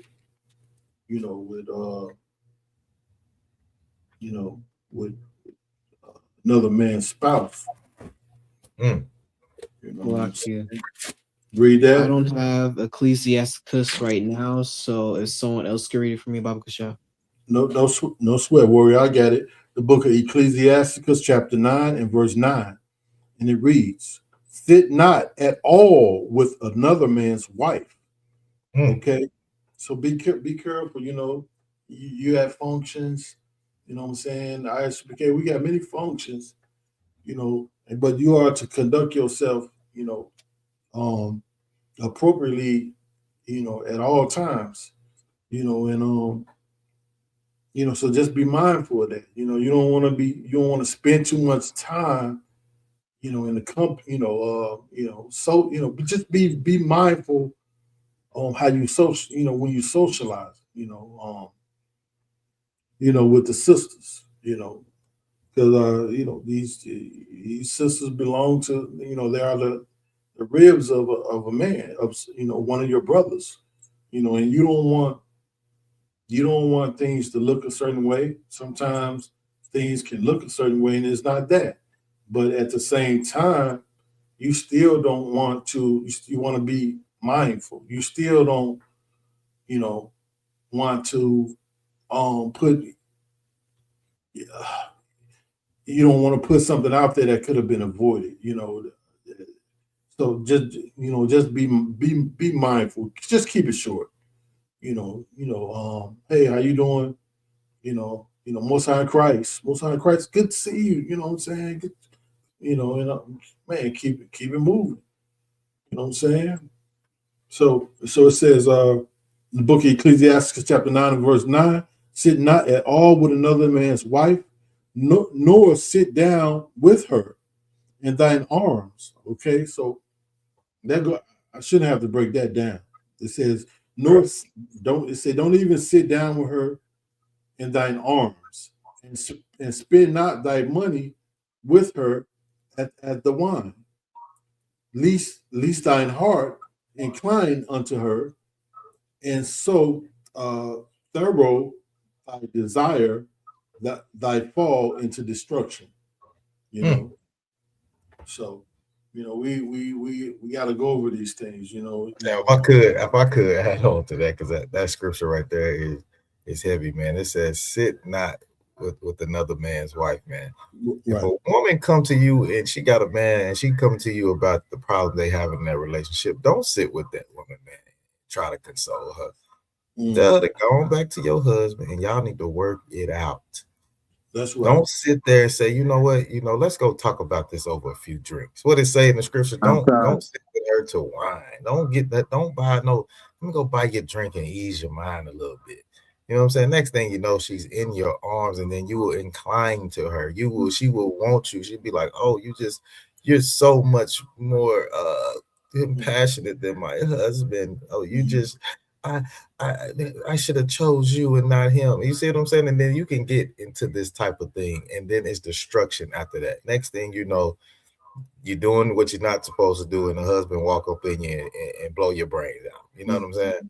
So these scriptures is warning you before time. Just don't sit with another man's woman. There's too many single women out there you can go sit with, man. You ain't got to sit with this brother's woman. Send her back to where she belongs and say, work that out with your man, because that's what you need to do. You know what I'm saying? It's a lot. That's right. You telling the truth. You telling the truth, Right, priest. right, right. If I could, go ahead, priest. it's like you, sir. It's like you also a lot. Yeah, I found, I believe I found that scripture I was looking for, right? And what you were saying, so heavy out of one, you know what I'm saying? These little John, if I could, John chapter 13, verse 34 and verse 35, right? It just sum it all up. Read that. That's how they tell the difference between us and them. Read that, priest. A new commandment I give unto you, that ye love one another. Okay. As I have loved you, that ye also love one another. Come. Okay. And that's basically, what I'm saying, that verse in itself, man, it's so heavy, right? Because we know what love is. Love is keeping the commandments of God. It's showing us a whole nother way, man, of how to deal with each other. See, in the world, we don't know how to deal with each other. Like also Mashallah was saying, in the world, that brother gonna have that work wife. He gonna go sit down and have that drink with her, you know what I mean? And, knowing she got a man, you know what I'm saying? We don't even think about, brothers don't even think about the man putting his rod in, and then you want to come behind him and put your rod in, you know what I mean? How disgusting that is, you know what I'm saying? We don't even care, man. You know what I'm saying? We steal from each other. We unalive each other, things of that nature. You know what I'm saying? So now this next verse gonna pretty much, bring it home, right? Verse 35. By this shall all men know that ye are my disciples. By right? what? By what? By this all men know that ye are my disciples. By this. If okay, what? Go ahead. If what? If ye have love one to another. And that's it. That's it. A lot of Commanding Junior YAHANNA is so approachable, to where it shocked me, because most leaders, you try to, shake their hand, or you try to have a word with them, they bodyguard damn near beat you up, body slam you, like, you know what I'm saying? Like, how dare you try to, approach, without, and when I was new coming into the truth, he was so inviting, to where it shocked me, but that's the love for the brotherhood and for our people that Commanding Junior YAHANNA displays, and that's what separates us from the faith. You understand? So, man, that's the right precept right there. It's a lot. I mean, the water. Yeah, Musa Christ. All right. Okay, let's go to real quick the book of Ezekiel chapter 3 and verse 18. Gotta bring it on home. Book of Ezekiel chapter 3 and verse 18. And just to add on that, I didn't even look. I forgot all about that work wife type thing, man. That is so crazy, because I've seen that a lot, to where I've even seen conversations in how you supposed to deal with a work wife, man. Like what I don't even know how you come up with that. How you know this got a damn man at home, and you talk about that's your work wife? Like that's But that to be going on these jobs, man, that's just crazy, man. Like that's why the white man is the devil, because you spend more time at that slavery and you have a work husband than spend more time with your own husband. These work wives be bringing a husband lunch, but the husband at home, you won't even make that nigga a turkey sandwich, man. You know what I'm saying? Absolutely. It's crazy to me, man. It's a lie. That was a heavy. I didn't even think about that one. I gotta remind. I gotta remember that was a lie. You so right. I don't want, and that's a whole nother class, right? And what also that remind me of is a lot of women, you know, they be making full course meals for their pastor. And put aluminum foil over that plate and carry that plate to the church. You know what I'm saying? And don't even cook for their husband, you know, the way that they cook for that lying pastor. Right. You know, it's we're gonna have, that's a whole nother class though. I don't want. Damn, yeah. But you so right though. It's the same spirit damn near almost. Mm-hmm. Right. Okay, let's go to Ezekiel chapter 3 and verse 18. This is the book of Ezekiel, chapter 3, verse 18. When I say unto the wicked, thou shalt surely die. When we go out, when we have camp and we go out to the people and we teach, we tell them to repent. We tell them to stop sinning. We tell them to start keeping the laws, statutes, and commandments. We warn them. Okay, we warn them to stop whoring out their sisters, stop selling drugs, stop smoking weed. Something bad gonna happen to you. We warning them. Coming to this truth. Time is running out. You don't have long. Read. And thou givest him not warning. Okay. So when I say unto the wicked, thou shalt surely die, and thou giveth him not warning. Read on. Or speakest to warn the wicked from his wicked way, to save his life. Okay, so when the Lord tell us to go out and warn the people of their sin, and we don't do it, okay, and you don't do it, but we do it, but the precept is saying, if I tell you to do it and you don't do it, read, that's going to tell you what's going to, you know, that's going to tell you the consequence. Read. The same wicked man shall die in his iniquity.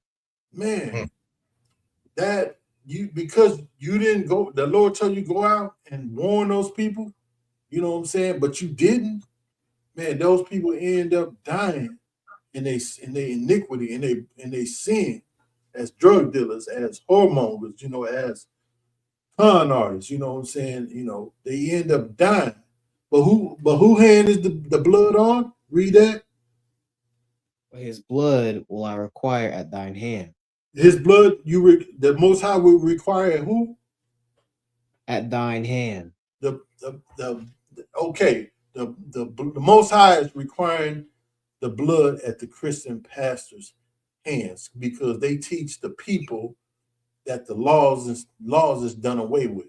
They don't warn. They don't warn the people, but we do. Read on. Verse 19.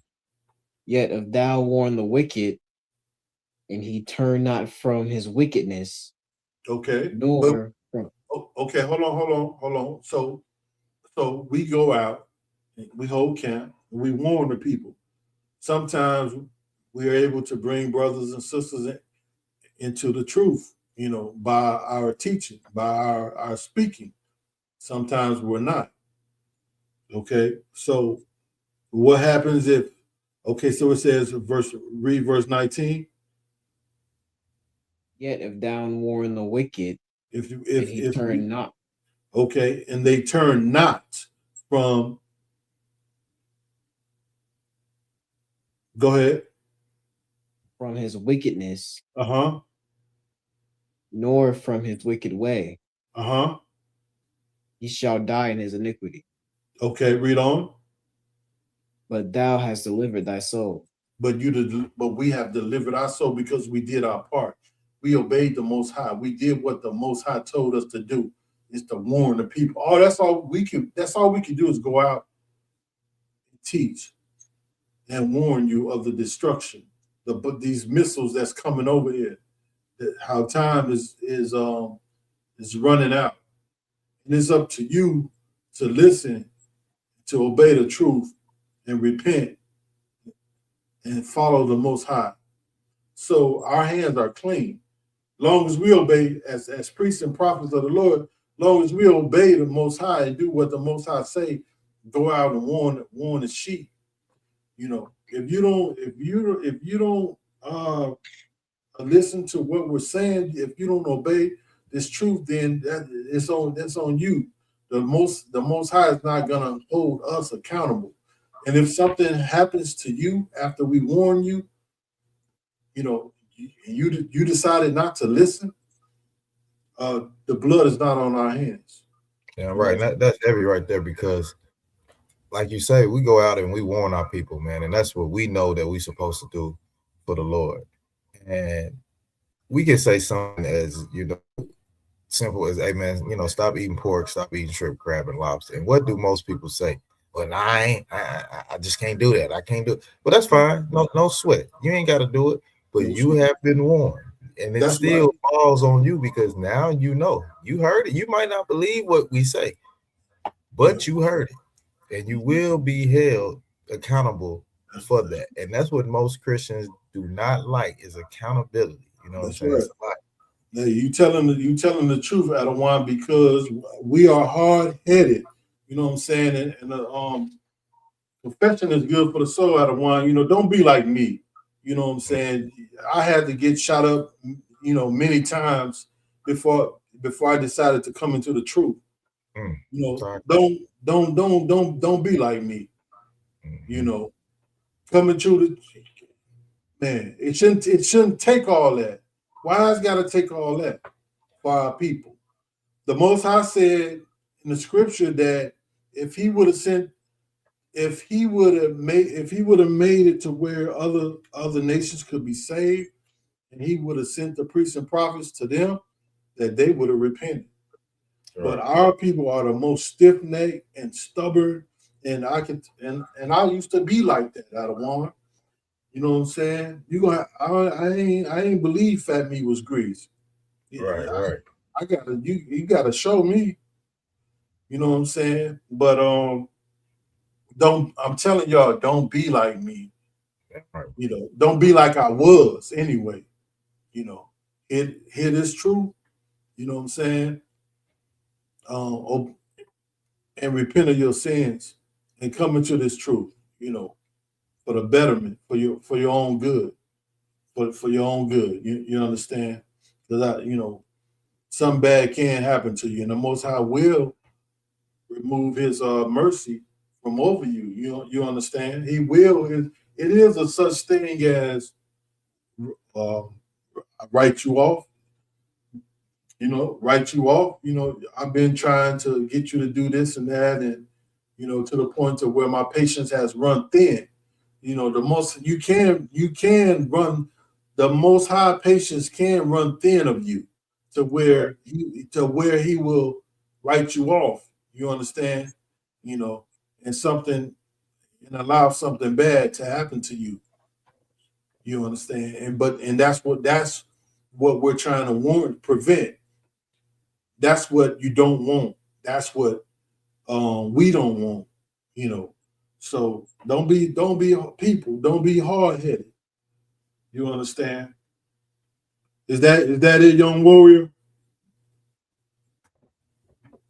What was that? Ezekiel. You can stop at verse 19. I'm gonna read 18 again. Because we're running out of time. Should I just go to 19? Come on, sir. Verse 19. Yet if thou warn the wicked, and he turn not from his wickedness, nor his wicked way. He shall die in his iniquity. But thou hast delivered thy soul. But thou hast delivered thy soul. I know many brothers that's not died in their iniquity. You understand? Brothers, that many people that I grew up with, then died and they died young. You know, I know brothers that had heart attacks, young brothers that had heart attacks in prison, you know, died while they were still young in their iniquity. You know, you don't want to be like that. You don't want that to happen to you. You know what I'm saying? So the Most High allow you to hear this truth, you know, respond, appreciate these teachings, appreciate this truth, coming to this truth. You understand, and fall in line. All right, let's go to Second Maccabees chapter 7. Oh, you ain't got the apocrypha. Okay, I'm gonna go to it. Second Maccabees chapter 7 and verse. I don't think you have that. Second Maccabees 7 and what is it? 7 and verse 29. The book of Second Maccabees chapter 7 and verse 29. 29. Fear not this tormentor. Okay, fear not this tormentor. Let me give the context. All right, so during this time, we had some brothers. You had our brothers, our people that was being tormented by the oppressor. Okay, they would not. The oppressor was trying to force them to break the laws of the Most High, and eat pork, things like that, to the point to where they would not eat it. They refused to break the laws of the Most High. Okay, so the oppressor just decides to start killing them. Okay, so the oppressor begins to kill these brothers one at a time, and their mother is present, and he's killing them in front of their mother. Okay, and they're all brothers. So he's killed one brother, kill him, then kill the second, kill him, and it's a handful of brothers. Read on. But being worthy of thy brethren. Be worthy. So when the scripture says being worthy of your brethren, okay, that's what we want to focus on. So take it from the top one more time, priest. Okay, I got you. Fear, verse 29. Fear not this tormentor. Okay, so he's being the brother that's about to be killed. He is being told by his mother, man, go on, take your death like a man. You understand? The Most High is going to reward you for dying for this truth. Okay, and it's saying be worthy, and his mother is telling him to be worthy, and what she means by that is this young man has seen his brothers die honorably, so she's telling him, just as you saw your brothers refuse to break the laws, and they rather die than break these laws, you do the same thing. You be worthy to be called their brothers. Now, the reason why I put this precept, in class is because we are in the ISUPK. We are surrounded by great men, and don't take it lightly. Be worthy to be a part of this thing. Be worthy to have had that oil poured on your head by great men. Captain Cesariak poured the oil on my head. He gave me my name.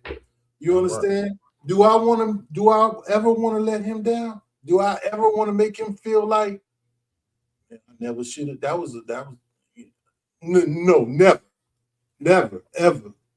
You understand? Be worthy to be a part of this brother. Be worthy to be next to Officer Mashallah. You understand? Be worthy, for Captain DeGargabar to even let me do this brotherhood class. Most high in Christ. Be worthy to be, in this thing that Commander General YAHANNA has upheld. Be worthy. Don't take it lightly. Be worthy of this thing. Read on, priest. Take. Let me see. Slakia. Be worthy of thy brethren. Be Take, worthy of your brothers. Read on. right. Take thy death, that I may receive thee again in mercy with thy brethren. Take thy what? Take thy death. Take thy what? Take thy death. Man, take die. Be willing to die. That's why I said in book of Ecclesiastes chapter 2 and verse 1, when you come into this thing, prepare yourself for temptation. If need be, if necessary, God forbid, be worthy to die. But if we have to, we dying like men. We dying like men. You understand? Right. We dying like men. Okay. All right. Let's. I know I'm moving fast. I'm trying to get through all these. The rest, I still got a few. Let's go to Zephaniah chapter 2 and verse 1. Danya Allah, if you can pull that. Zephaniah 2 verse 1.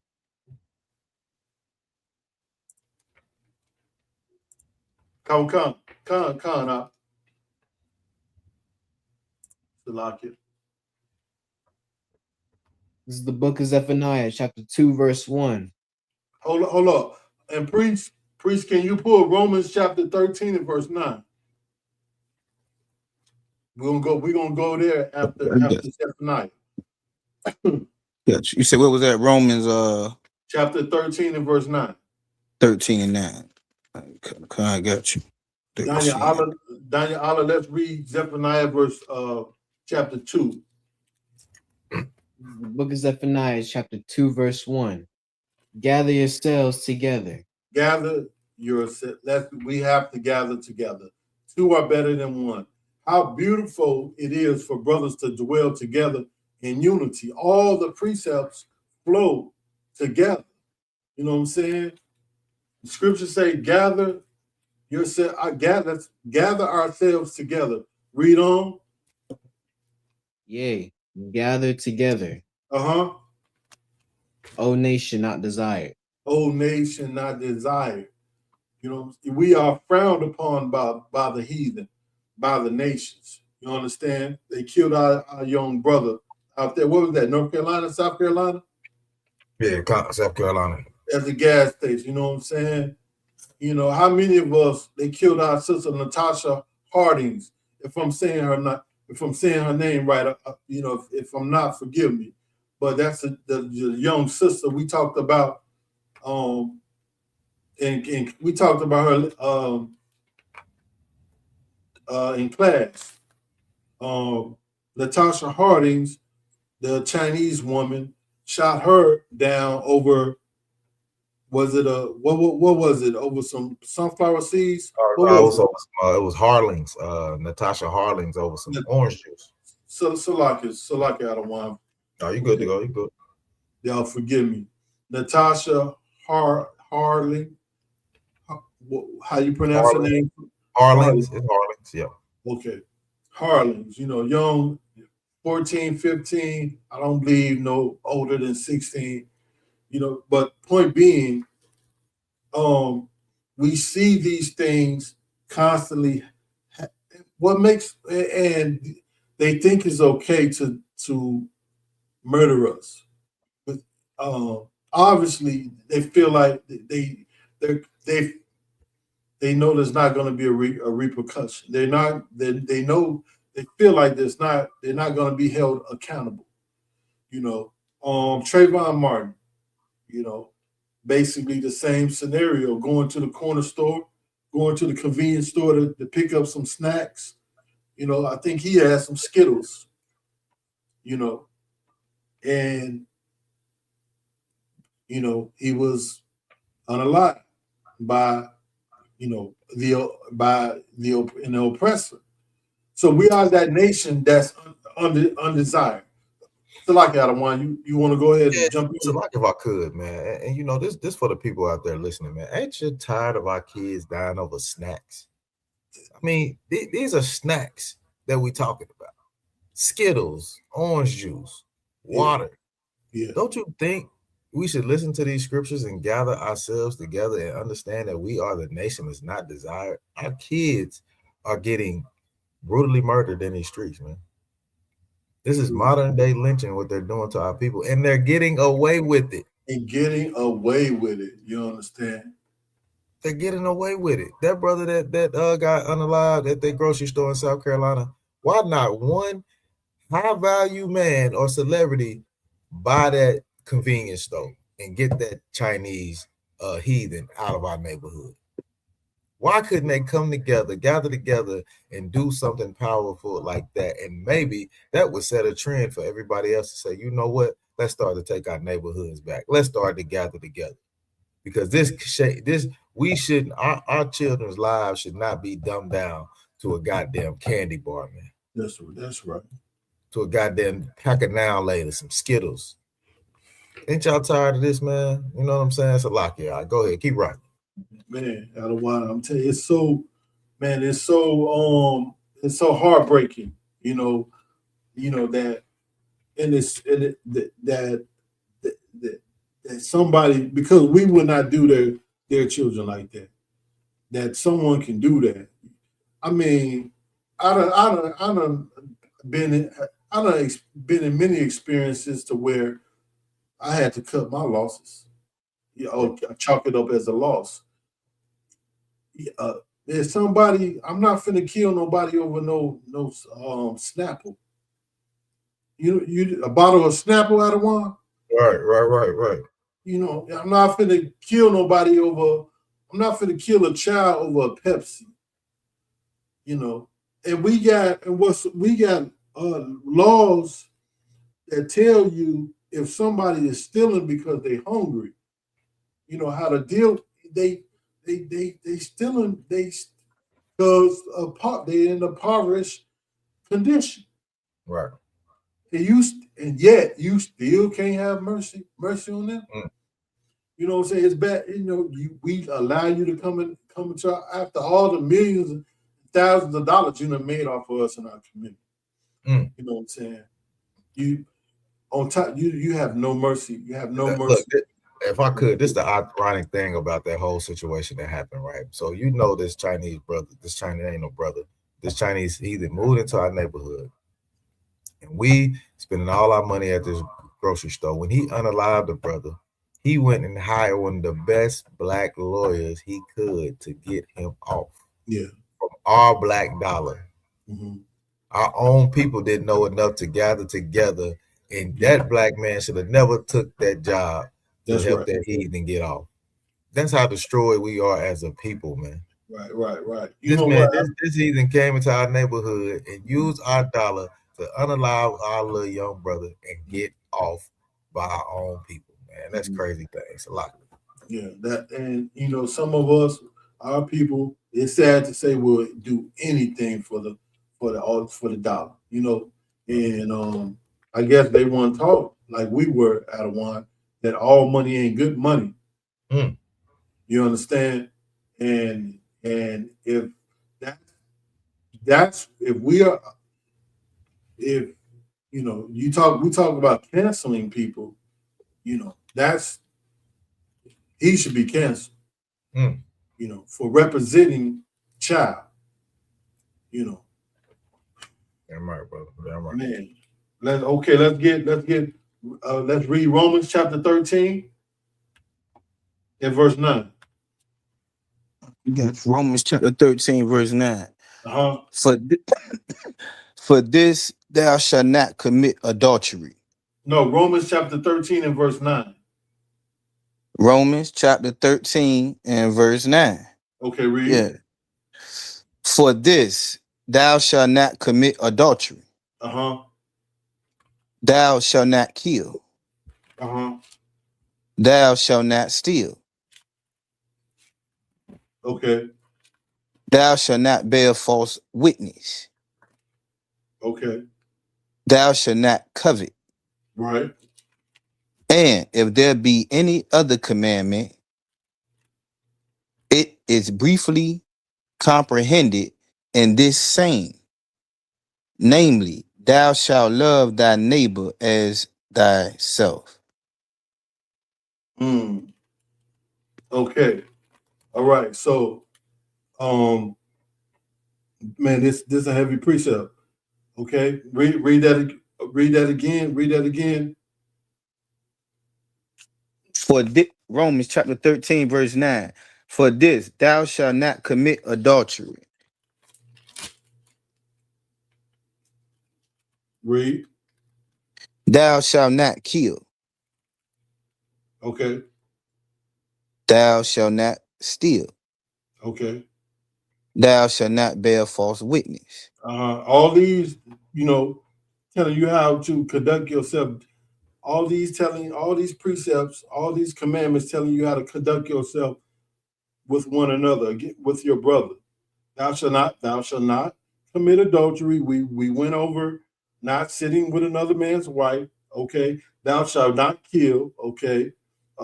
You know that. You got to love your brother, not kill your brother. Thou shalt not steal. Okay. You respect that brother's property. You don't steal. You don't want nobody stealing from you. Read, thou shalt not bear false witness. Okay. Don't lie. Be true, be true. Deal with one another truthfully. You understand? Thou read on, priest.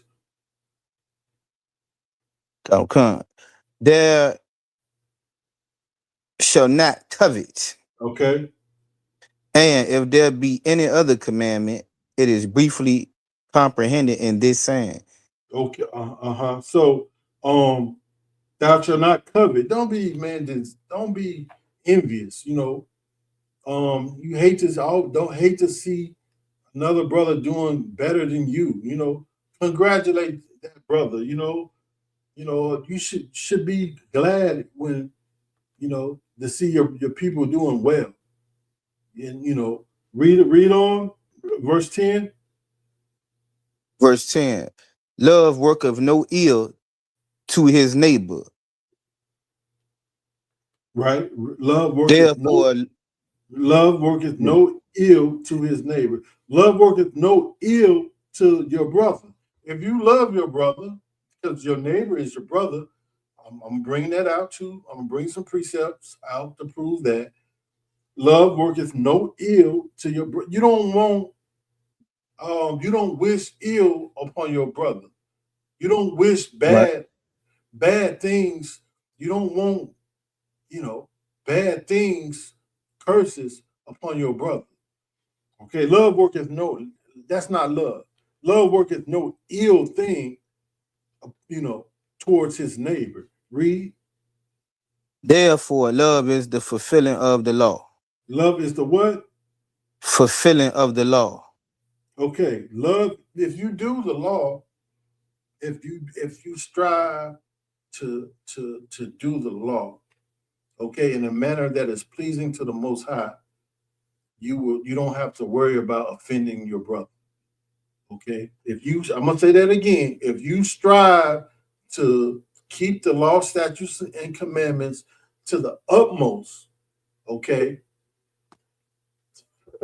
you do not have to you do not have to worry about offending your brother. Okay, and even if you do, okay, there is a precept within the law telling you how to handle that situation. All right, because number one, the law tells you to love your brother. So if you keeping that law, how you going to offend him? If you're keeping the law that tells you to love your brother, how you going to offend him? Okay, if you're keeping it to the utmost, if you're keeping the law that tells you don't commit adultery, how you gonna offend your brother concerning his wife? You're not. Okay, so let's read. And if you're keeping the laws that's telling you thou shalt not steal, how you gonna offend your brother? Okay, the law encompass everything to where it man, to where it shields you, from offense, make if you're upholding it, from offending, it shields you from, it prevents you from, trespassing against your brother. But we know that, people do make mistakes. And in the event that you do make a mistake, there's always there's Matthew, there's we went there, what was that? Matthew chapter 18 and verse 15, which shows you how to address that, to address that shortcoming. All right. Okay, let's go, priest. Where we at? Okay, let's go to verse 11. Okay, this is the last precept for Romans. Okay, Romans chapter 13, verse 11, and that knowing the time, that now it is high time to awake out of sleep. It is what? It's high time. It is what? High time. I looked up the phrase high time.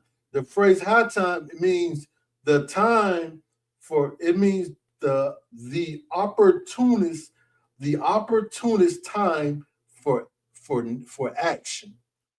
Okay, that's what high time means. It means the time is now. You understand? The time is now. It's high time. Read that again real quick, Baba Kashah. From the top, Romans 13, verse 11, and that knowing the time, that now it is high time to awake out of sleep. To a what? Awake out of sleep. To awake out of, we've been asleep long enough. You understand? And you ain't got no excuse, because the ISUPK is on every channel. You understand? Day and night, 23. Commander John YAHANNA is teaching his truth. Captain Tazariak is on coast to coast, on every network. General Hyman is on every other day. You got ISUPK, every city, we own every day. We own 3 cities. We run the internet. Okay, there's no excuse. It's high time. The time is now. The time is to awake up out of your sleep. If you didn't know, you should know now. Okay? If you didn't know, you should know now. It is high time to awake out of sleep. Read on, read the rest. For now is our salvation nearer than when we believed. For now is your salvation is nearer than it has ever been. Okay, these missiles, man, some say we're already in the beginning stages of World War III. Okay, right. And this is another class, but there's only three woes. You understand? There's only 3. Y'all know what? If you know, you know. There's only 3 woes. We're already in the beginning stages of World War III. Okay. The time is high. It is high time to awake out of sleep. For now is our salvation nearer than when we believe. You understand? Okay, let's go to Leviticus. Where we at?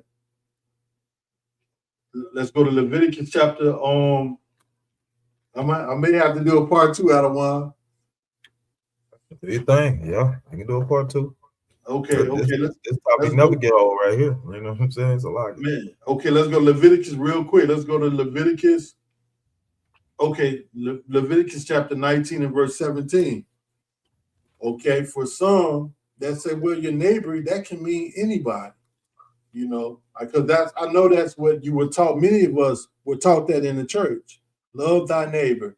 Your neighbor, you may look out, your neighbor may be an Asian on the right side of your house. Your neighbor may be a Caucasian, a white man. But when you read the scriptures, and when it says love thy brother, and when it says love thy neighbor, it's talking about your kinsmen, your kinfolks. Okay, and the kinsmen of the priests and prophets of the Bible are all Israelites. Okay, relatives, kinsmen of the 12 tribes. You understand? Yeah, your neighbor and your brother are kinsmen. That's what that means.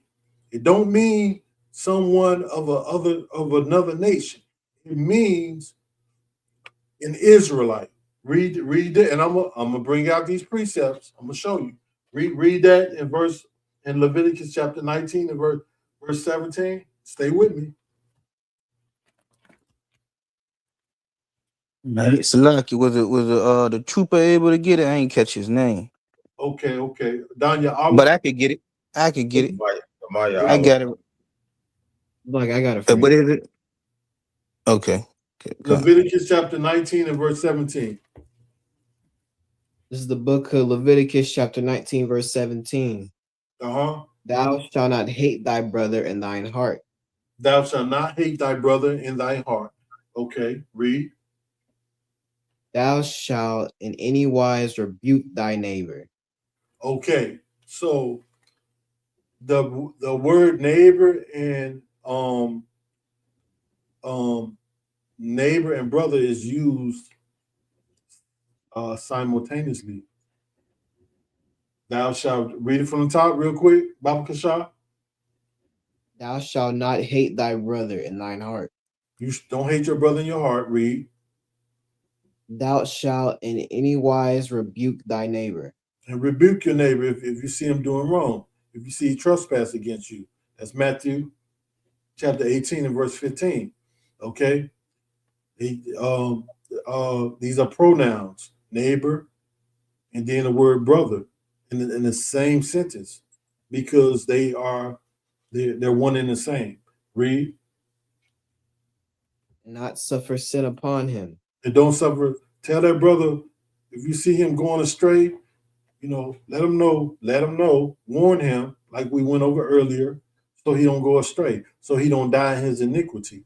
Warn him because that's your brother. You know what I'm saying? If you see got a book in his nose, let him know.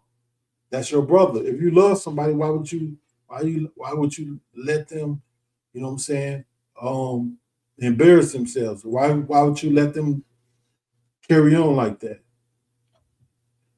It set themselves up for failure when you can do something to prevent it. It's in your power. Read. We're going to stop at verse 18.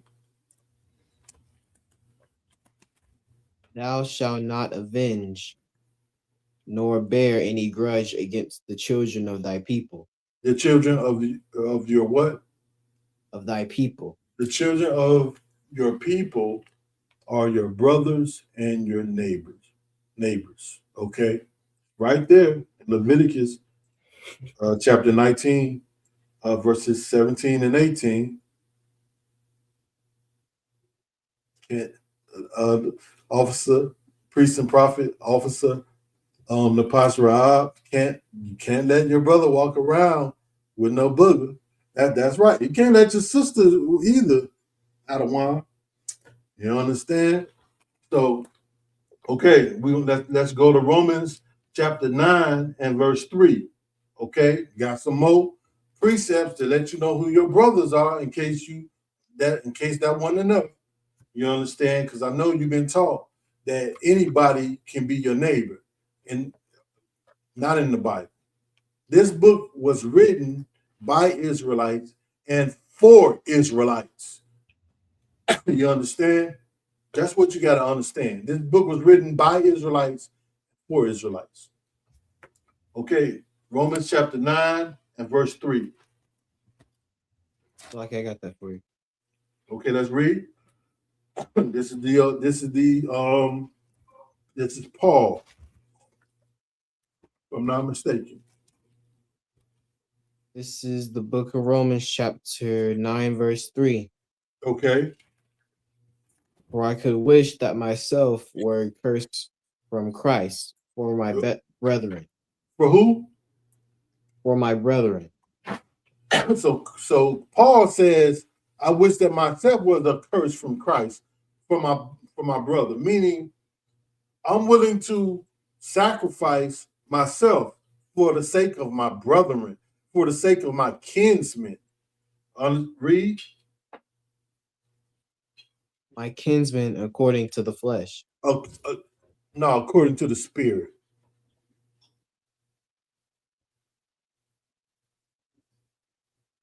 Read that again. That was what it said on my No. You're right. You're right. This is me being sarcastic. Read that again, young warrior. You doing great. For I could wish that myself were accursed from the Christ. For my brethren. For his brethren. My kinsman according to the flesh. His kinsman according to the flesh. Okay? Because there ain't no such thing as spiritual Israelites. It's like if I could, Halak, check your messages, brother. Okay, come sir. Okay, read that from again one more time. For I wish that myself were accursed from Christ for my brethren. My kinsmen according to the flesh. Okay, so Paul is telling you that his brothers are his kinfolk. Okay, kinsman is just an old ancient word for what we the phrase or the term what we say kinfolk. They said kinsman. All right, so we're gonna have to pick up part 2. I'm over the time. Thank everybody for tuning in for class tonight. I want to give it up for Priest and Officer 500 Mashallah. I want to give it up for the reader Danya Allah and the Maya Allah. The Maya Allah, Salakia, the Maya Allah. All right. And that's a while. And Priest, what's his name? Officer Officer, say that again. Officer Call Sapar. Call Sapar. Okay. All right. Officer Call Sapar. All right. And I want to thank Captain DeGalgabar for allowing me to teach Tuesday Night Brotherhood. And with that, shalom. Shalom Israel.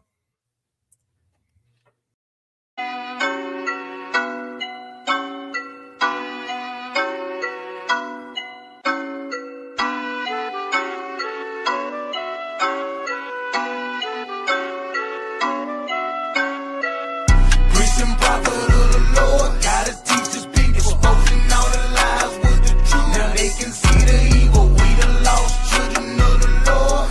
Yasha chopping heads off with my sword.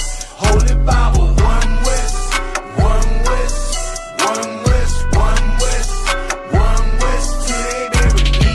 One west, yeah, one west, one west, one west, till they bury me. I'm really for my people, y'all just playing game. I'm all about the truth, we are not the same. I'ma shoot it to you straight, with a load of slang. UPK, y'all finished, bitch, yeah, you know the name. Started on the streets back in '69.